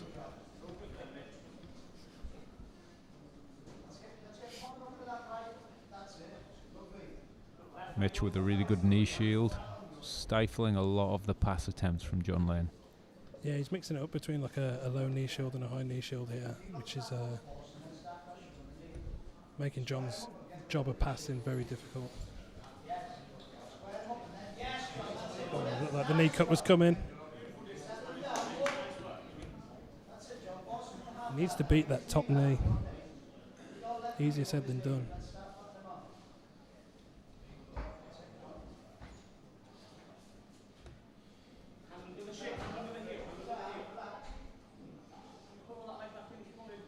Back to that high knee shield. Yeah, he's mixing up the knee shields really well, I think, here, which is why John's struggling to get anything going. Because it doesn't matter where he goes, he meets another frame. It does open him up to be able to attack with his right hand. He's got the hand on the heel at the minute.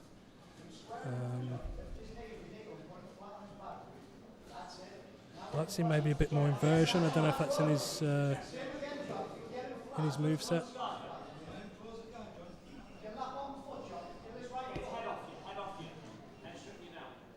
Known John Lane for a long time, and he's always been in shape and always been capable of driving a high pace. Have you got any idea how old John Lane is? 40 something, and he gets the knee cut. And he's into the front head, spin into the back.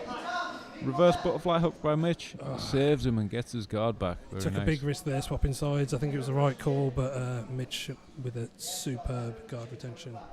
Really nice reverse butterfly hook at the last moment to get his guard back.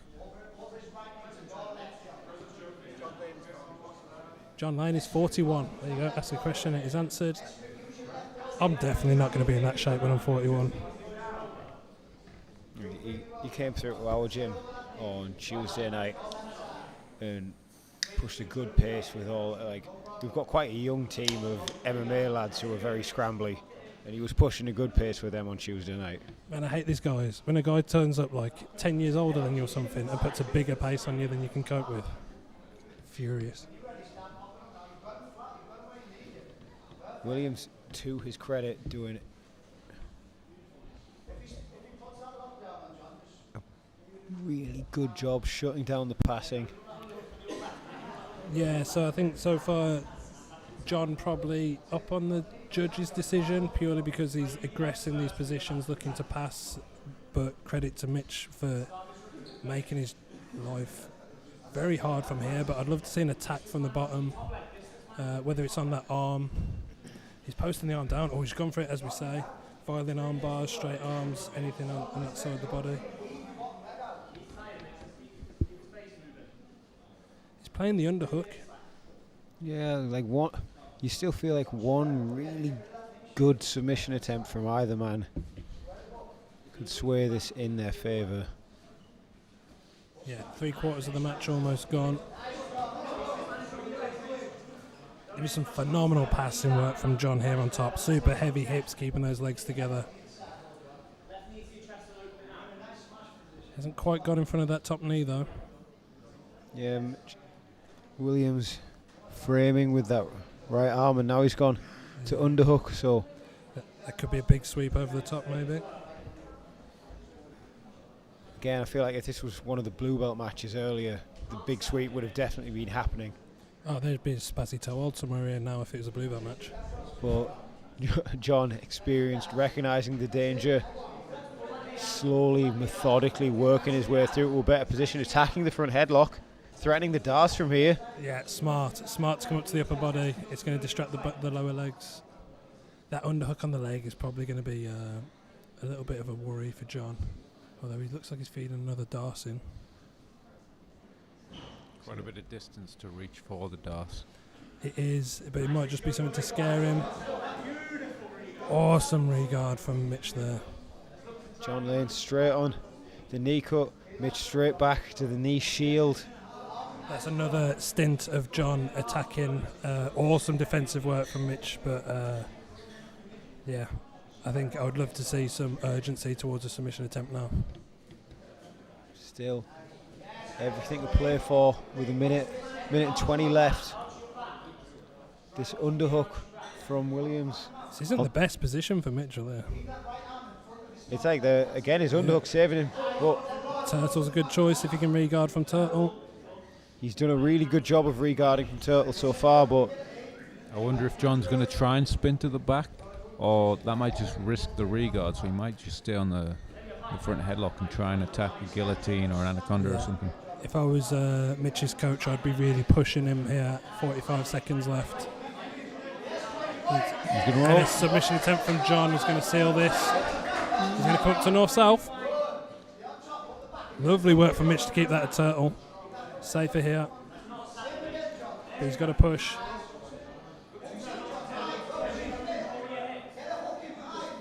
Two very experienced grapplers here. You can see this in every movement. He's risking the back take. I guarantee that's because that's 20 seconds left. This has started to open up now.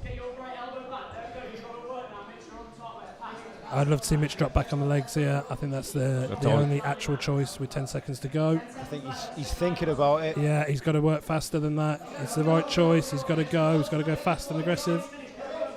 I don't think that's enough. He's going to go again. Too little, too late, I think. Awesome technical back and forth, man. Great match. The longer that match went on, the more John looked like Lloyd Cooper.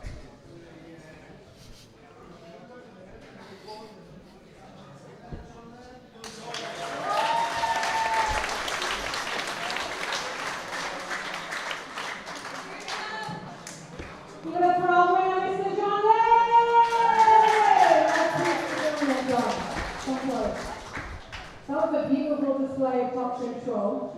Really impressed with that. At what point did you feel like you had to fight? I didn't. I don't know. I know he's really big. But it sounded like it's like his attacks on you. It could have gone either way at any point. I think you displayed some real good technical jiu-jitsu. I think we can all agree with that. How do you feel about your win right now? What are you going to do after this fight? That's what I want to know. 2 pints. Yes!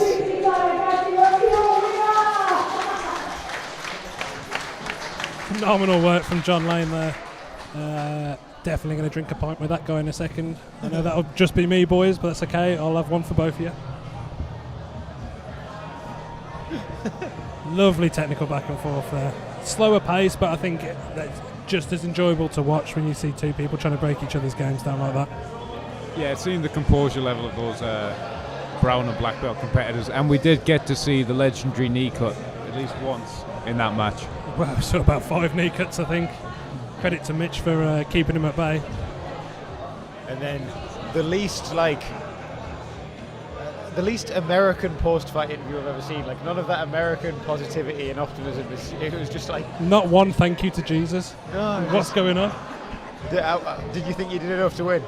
I didn't. How do you feel? Tired? What are you going to do? Sink pints? Yes. Welcome to England. Right, well, that's going to take us on to the main event next. Will Kay versus Carl James. I've been really looking forward to this. Will Kay, no stranger to the highest level of UK grappling. The guy is in awesome shape, freak athlete, very well rounded. Like, there isn't a position he isn't good at. I've watched Will smash people from the bottom, smash them from on top. What a spectacle to watch of grappling wise. Carl James, obviously head coach of Dark Arts Jiu Jitsu, coming back after a nasty hamstring injury, looking to, announce himself back on the competition scene. He's been competing for years. It's his big comeback, and obviously, what a win this will be if he can beat Will Kay.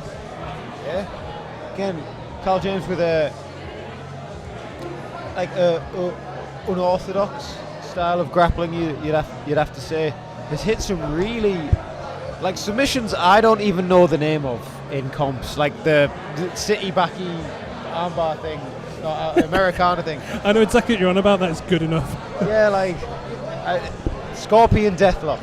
Wow. He has hit the Scorpion Deathlock. Those are words that mean something. I've got to say, I pinched a move off Carl James recently, and it probably doesn't have a name, but it's where you take somebody's back, you pull your rash guard over their head, and then smother them with your hand.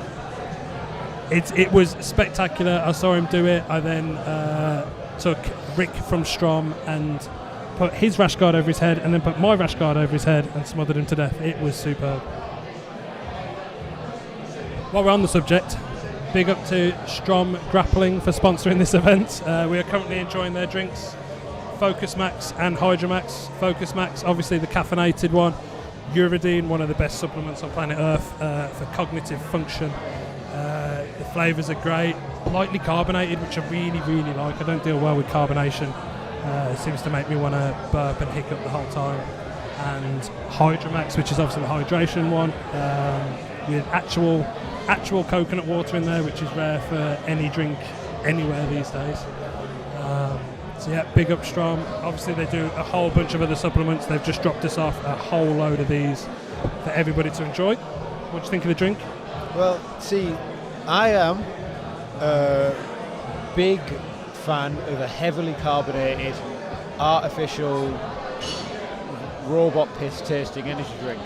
Normally I don't like the natural caffeine ones, but this is delicious. I am a big fan of this, and that's coming from a die-hard, horrible artificial metallic energy drink fan. Yeah. I really like this. This is one of the first natural caffeine energy drinks I've actually enjoyed. So big up. And just to say, in my opinion, you're drinking the worst tasting one. Well, I like it. He has the pineapple coconut. Pineapple coconut is phenomenal. Well, let me smell some unicorn piss. Unicorn piss, which tastes better than it sounds. Bit of a Skittles vibe.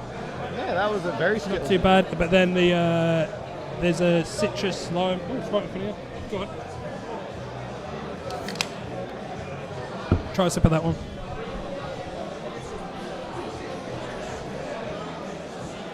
So that's like a White Monster vibe. I think that's the best one. I think it's really nice. Kind of white Monster, kind of the posh lemonade. Posh lemonade, yeah, we'll take that. That's banging. I am a fan. Yeah, and then on top of all the other Hydromax flavours, Strom are absolutely killing it with his drinks. Yeah, well, we're going to leave George out of that one. He's not allowed to drink. Well, normally if I have something from a tin, it's sardines. Yeah, no, I'm not joking. George didn't know how to open. He's never drank anything out of a can until like maybe last year That in was- Heron below the gym there was protein coffee that was canned, and he came up to me, what do I do? Was like didn't know how to open a can. I had my first iron brew like within the past 12 months, and that's one of the only ever carbonated drinks I've had. Was that a big milestone for you? Yeah. The day I drank the iron brew. Well, they do water in a can these days, so you can really. Oh yeah, like if you at the UFC PI, they have like Monster Energy branded water in cans. Nice. It's like the first time I saw it, I was so disappointed. I was like, oh, free can of Monster. Oh, and there's like 2 of water, and it's just like. Where's my robot piss? Yeah. Well, George describes the smell of energy drinks as like robot arsehole. Mate, I agree. That's the best. That's the best description I've ever heard.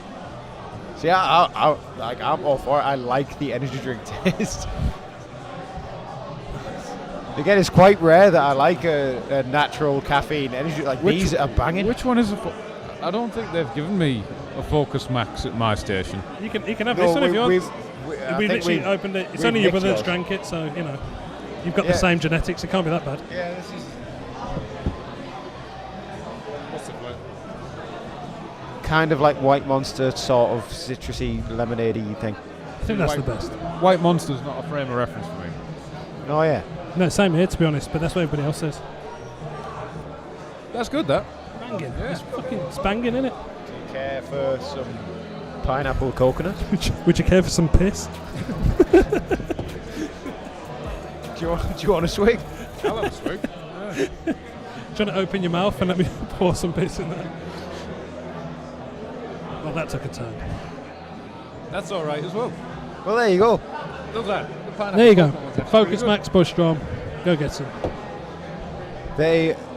George, who notoriously doesn't like things out of a can unless it's sardines, said that was banging. Made a pleasant sounding noise. I'm going to make some pancakes and mix some of that into the pancake mix. Is that a thing? It is now. Fight and most anticipated finals in evening fight 5. And I want you guys to really back both of these men as they step onto the mat. For Invitational 3's final, welcome to the mat, John Lane!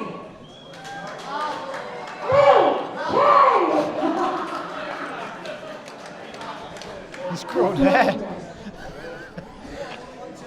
Oh, well, that's quickly corrected that time. He's grown hair. Mr. Only on the back of his head. I was going to say a random name, but I'm going to say his name. Mr. Paul Jimenez!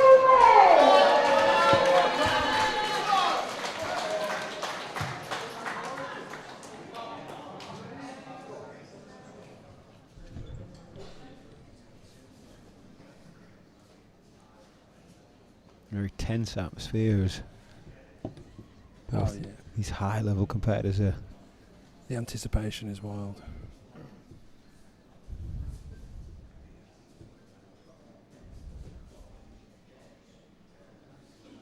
God, I think Carl may be the underdog in this, but only by a little bit, and that's purely just because Will is more active. Beautiful initial defense from Will, but Carl managed to shoot through it. He managed to wrestle through it. Kept driving towards his underhook. Oh, there's this. Yeah, shout out Reap Jiu Jitsu sponsoring Carl James and his new gym, Dark Arts, which looks incredible. I'll be definitely paying a visit before I head back down south. Sitting back on the leg.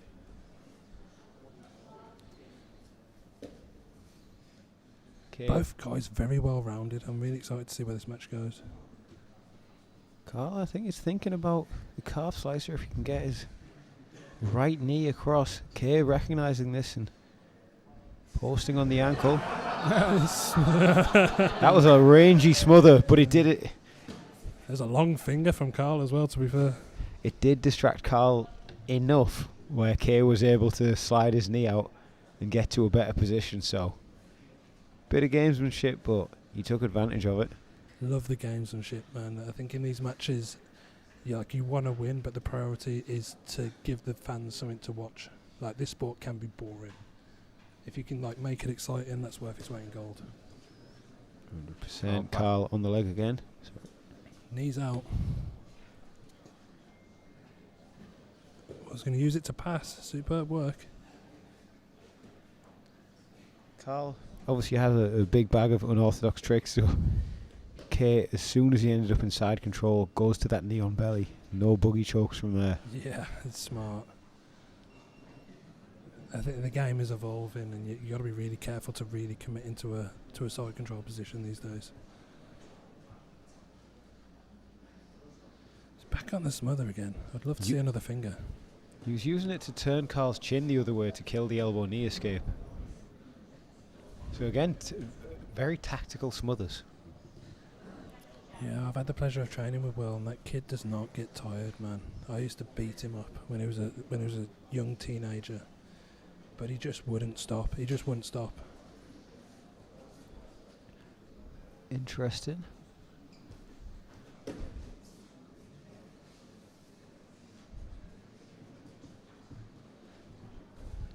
Lovely sitting back on that Kimura. I think he's got it. He's going to have to, though. He's getting up position. He's going to keep going. A little kick to the referee and an apology from Carl. What a gentleman. He's doing very well defending this Kimura position.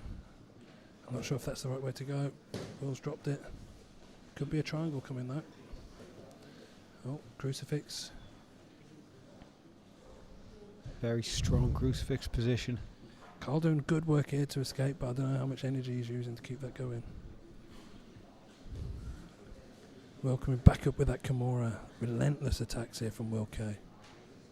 He doesn't look like he's particularly straining or forcing the position either. Or Yoko Sankaku. I would love to see a Yoko finish from here. And that could be on. If he just stretches that leg through, that could be tight. That could be tight. Carl's got to clear that arm. He's got to get it to the floor. If he can get the right arm to the floor and turn away, he's going to give up the Kimura. And another smother. Another smother. Got a big reaction from Carl on that smother. There's a level of dominance when you got your asshole on somebody's head and you're smothering them. He's got out of that completely, and I thought that was a done deal there. I've got to be honest. Carl James showing some very good escapes. That defense was incredible. Got to watch his neck. Finger. Can't stay on his knee. Oh, that could be tight. He's got out of it again. Carl James is a savage.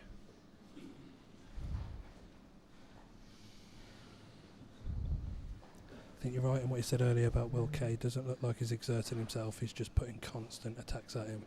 And that's always going to favour the attacker, I think. Got the ball there.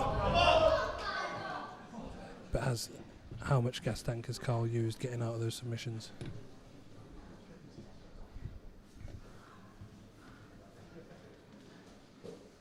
Again, Kay now on his back, but being offensive from that position. Carl pulling him back to the centre of the mat. That's definitely something you don't see at the blue belts. Oh, they'd be in the crowd by now for the blue belts. Still time for Carl to set his pass correctly. Oh, a meal lock attempt there. Used it to sweep, almost to mount. He might have the mount with the arm exposed here.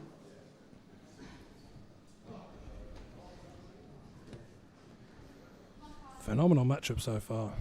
4.5 minutes to go. Carl trying to get back in on a leg for a second there to create some separation. Prioritising blocking that arm, which is smart. You play the Della Riva, you don't see that a lot, Nogi, these days, unless you've got really fancy back takes.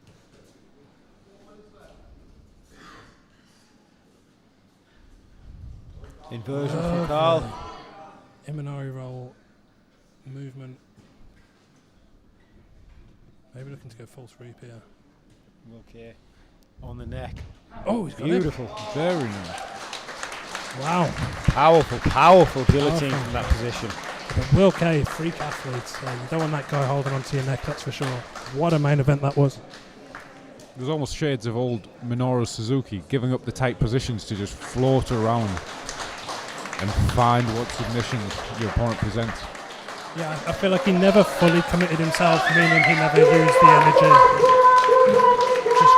Relentlessly attacked from every position. Take a bow, Will K. He gets the pink mask as well. Nobody wanted it. Will K gets it. Well, let me talk to you for a minute. Come here. We're getting in right now. Well, talk to me about your experience in that part. How do you feel throughout it? Great. I was a sick guy, you know. Been on ground for a long time, so it's a privilege to compete against him and put him show free. So, thanks, guys. There's a lot of back and forth today. There's a lot of back and forth. We didn't know what was going to happen. How do you feel about the finish? It's pretty cool, yeah. Standing guillotine, sat down, I guess. Squatting guillotine, I'd call that. Do you feel like we're going to see you two again? Do you guys want to see these two again?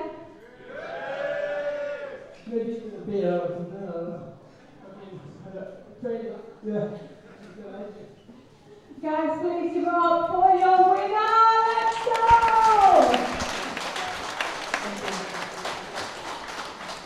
Now, look at these guys.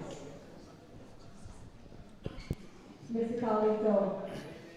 First of all, incredible match. It was incredible to watch. Super tense throughout for all of us, I think. Talk to me about the process. Talk to me how you feel. That was just good fun. That was what I enjoyed. So I encourage everyone else to come out and enjoy it. Will's bigger for the man. We know the circumstances we had to do it together. So the way to scare it out was just a chance to really come out and enjoy the sport we all love. So thank you, Will. Thank you, Lee. We appreciate that. I wish I got the win, but he's good. Give it up for Carmen!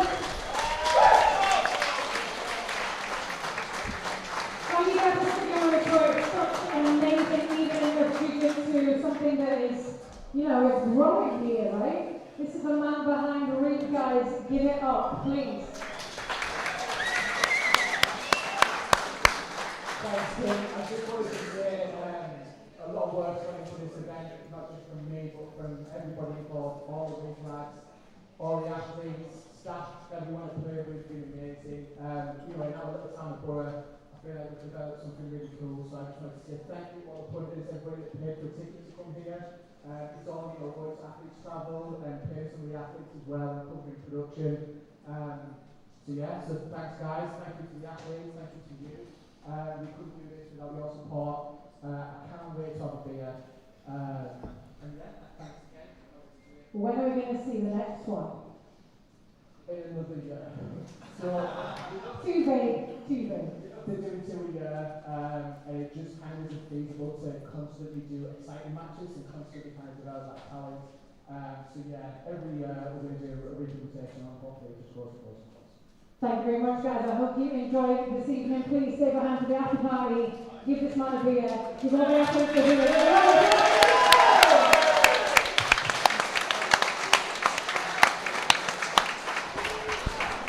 What a show that was.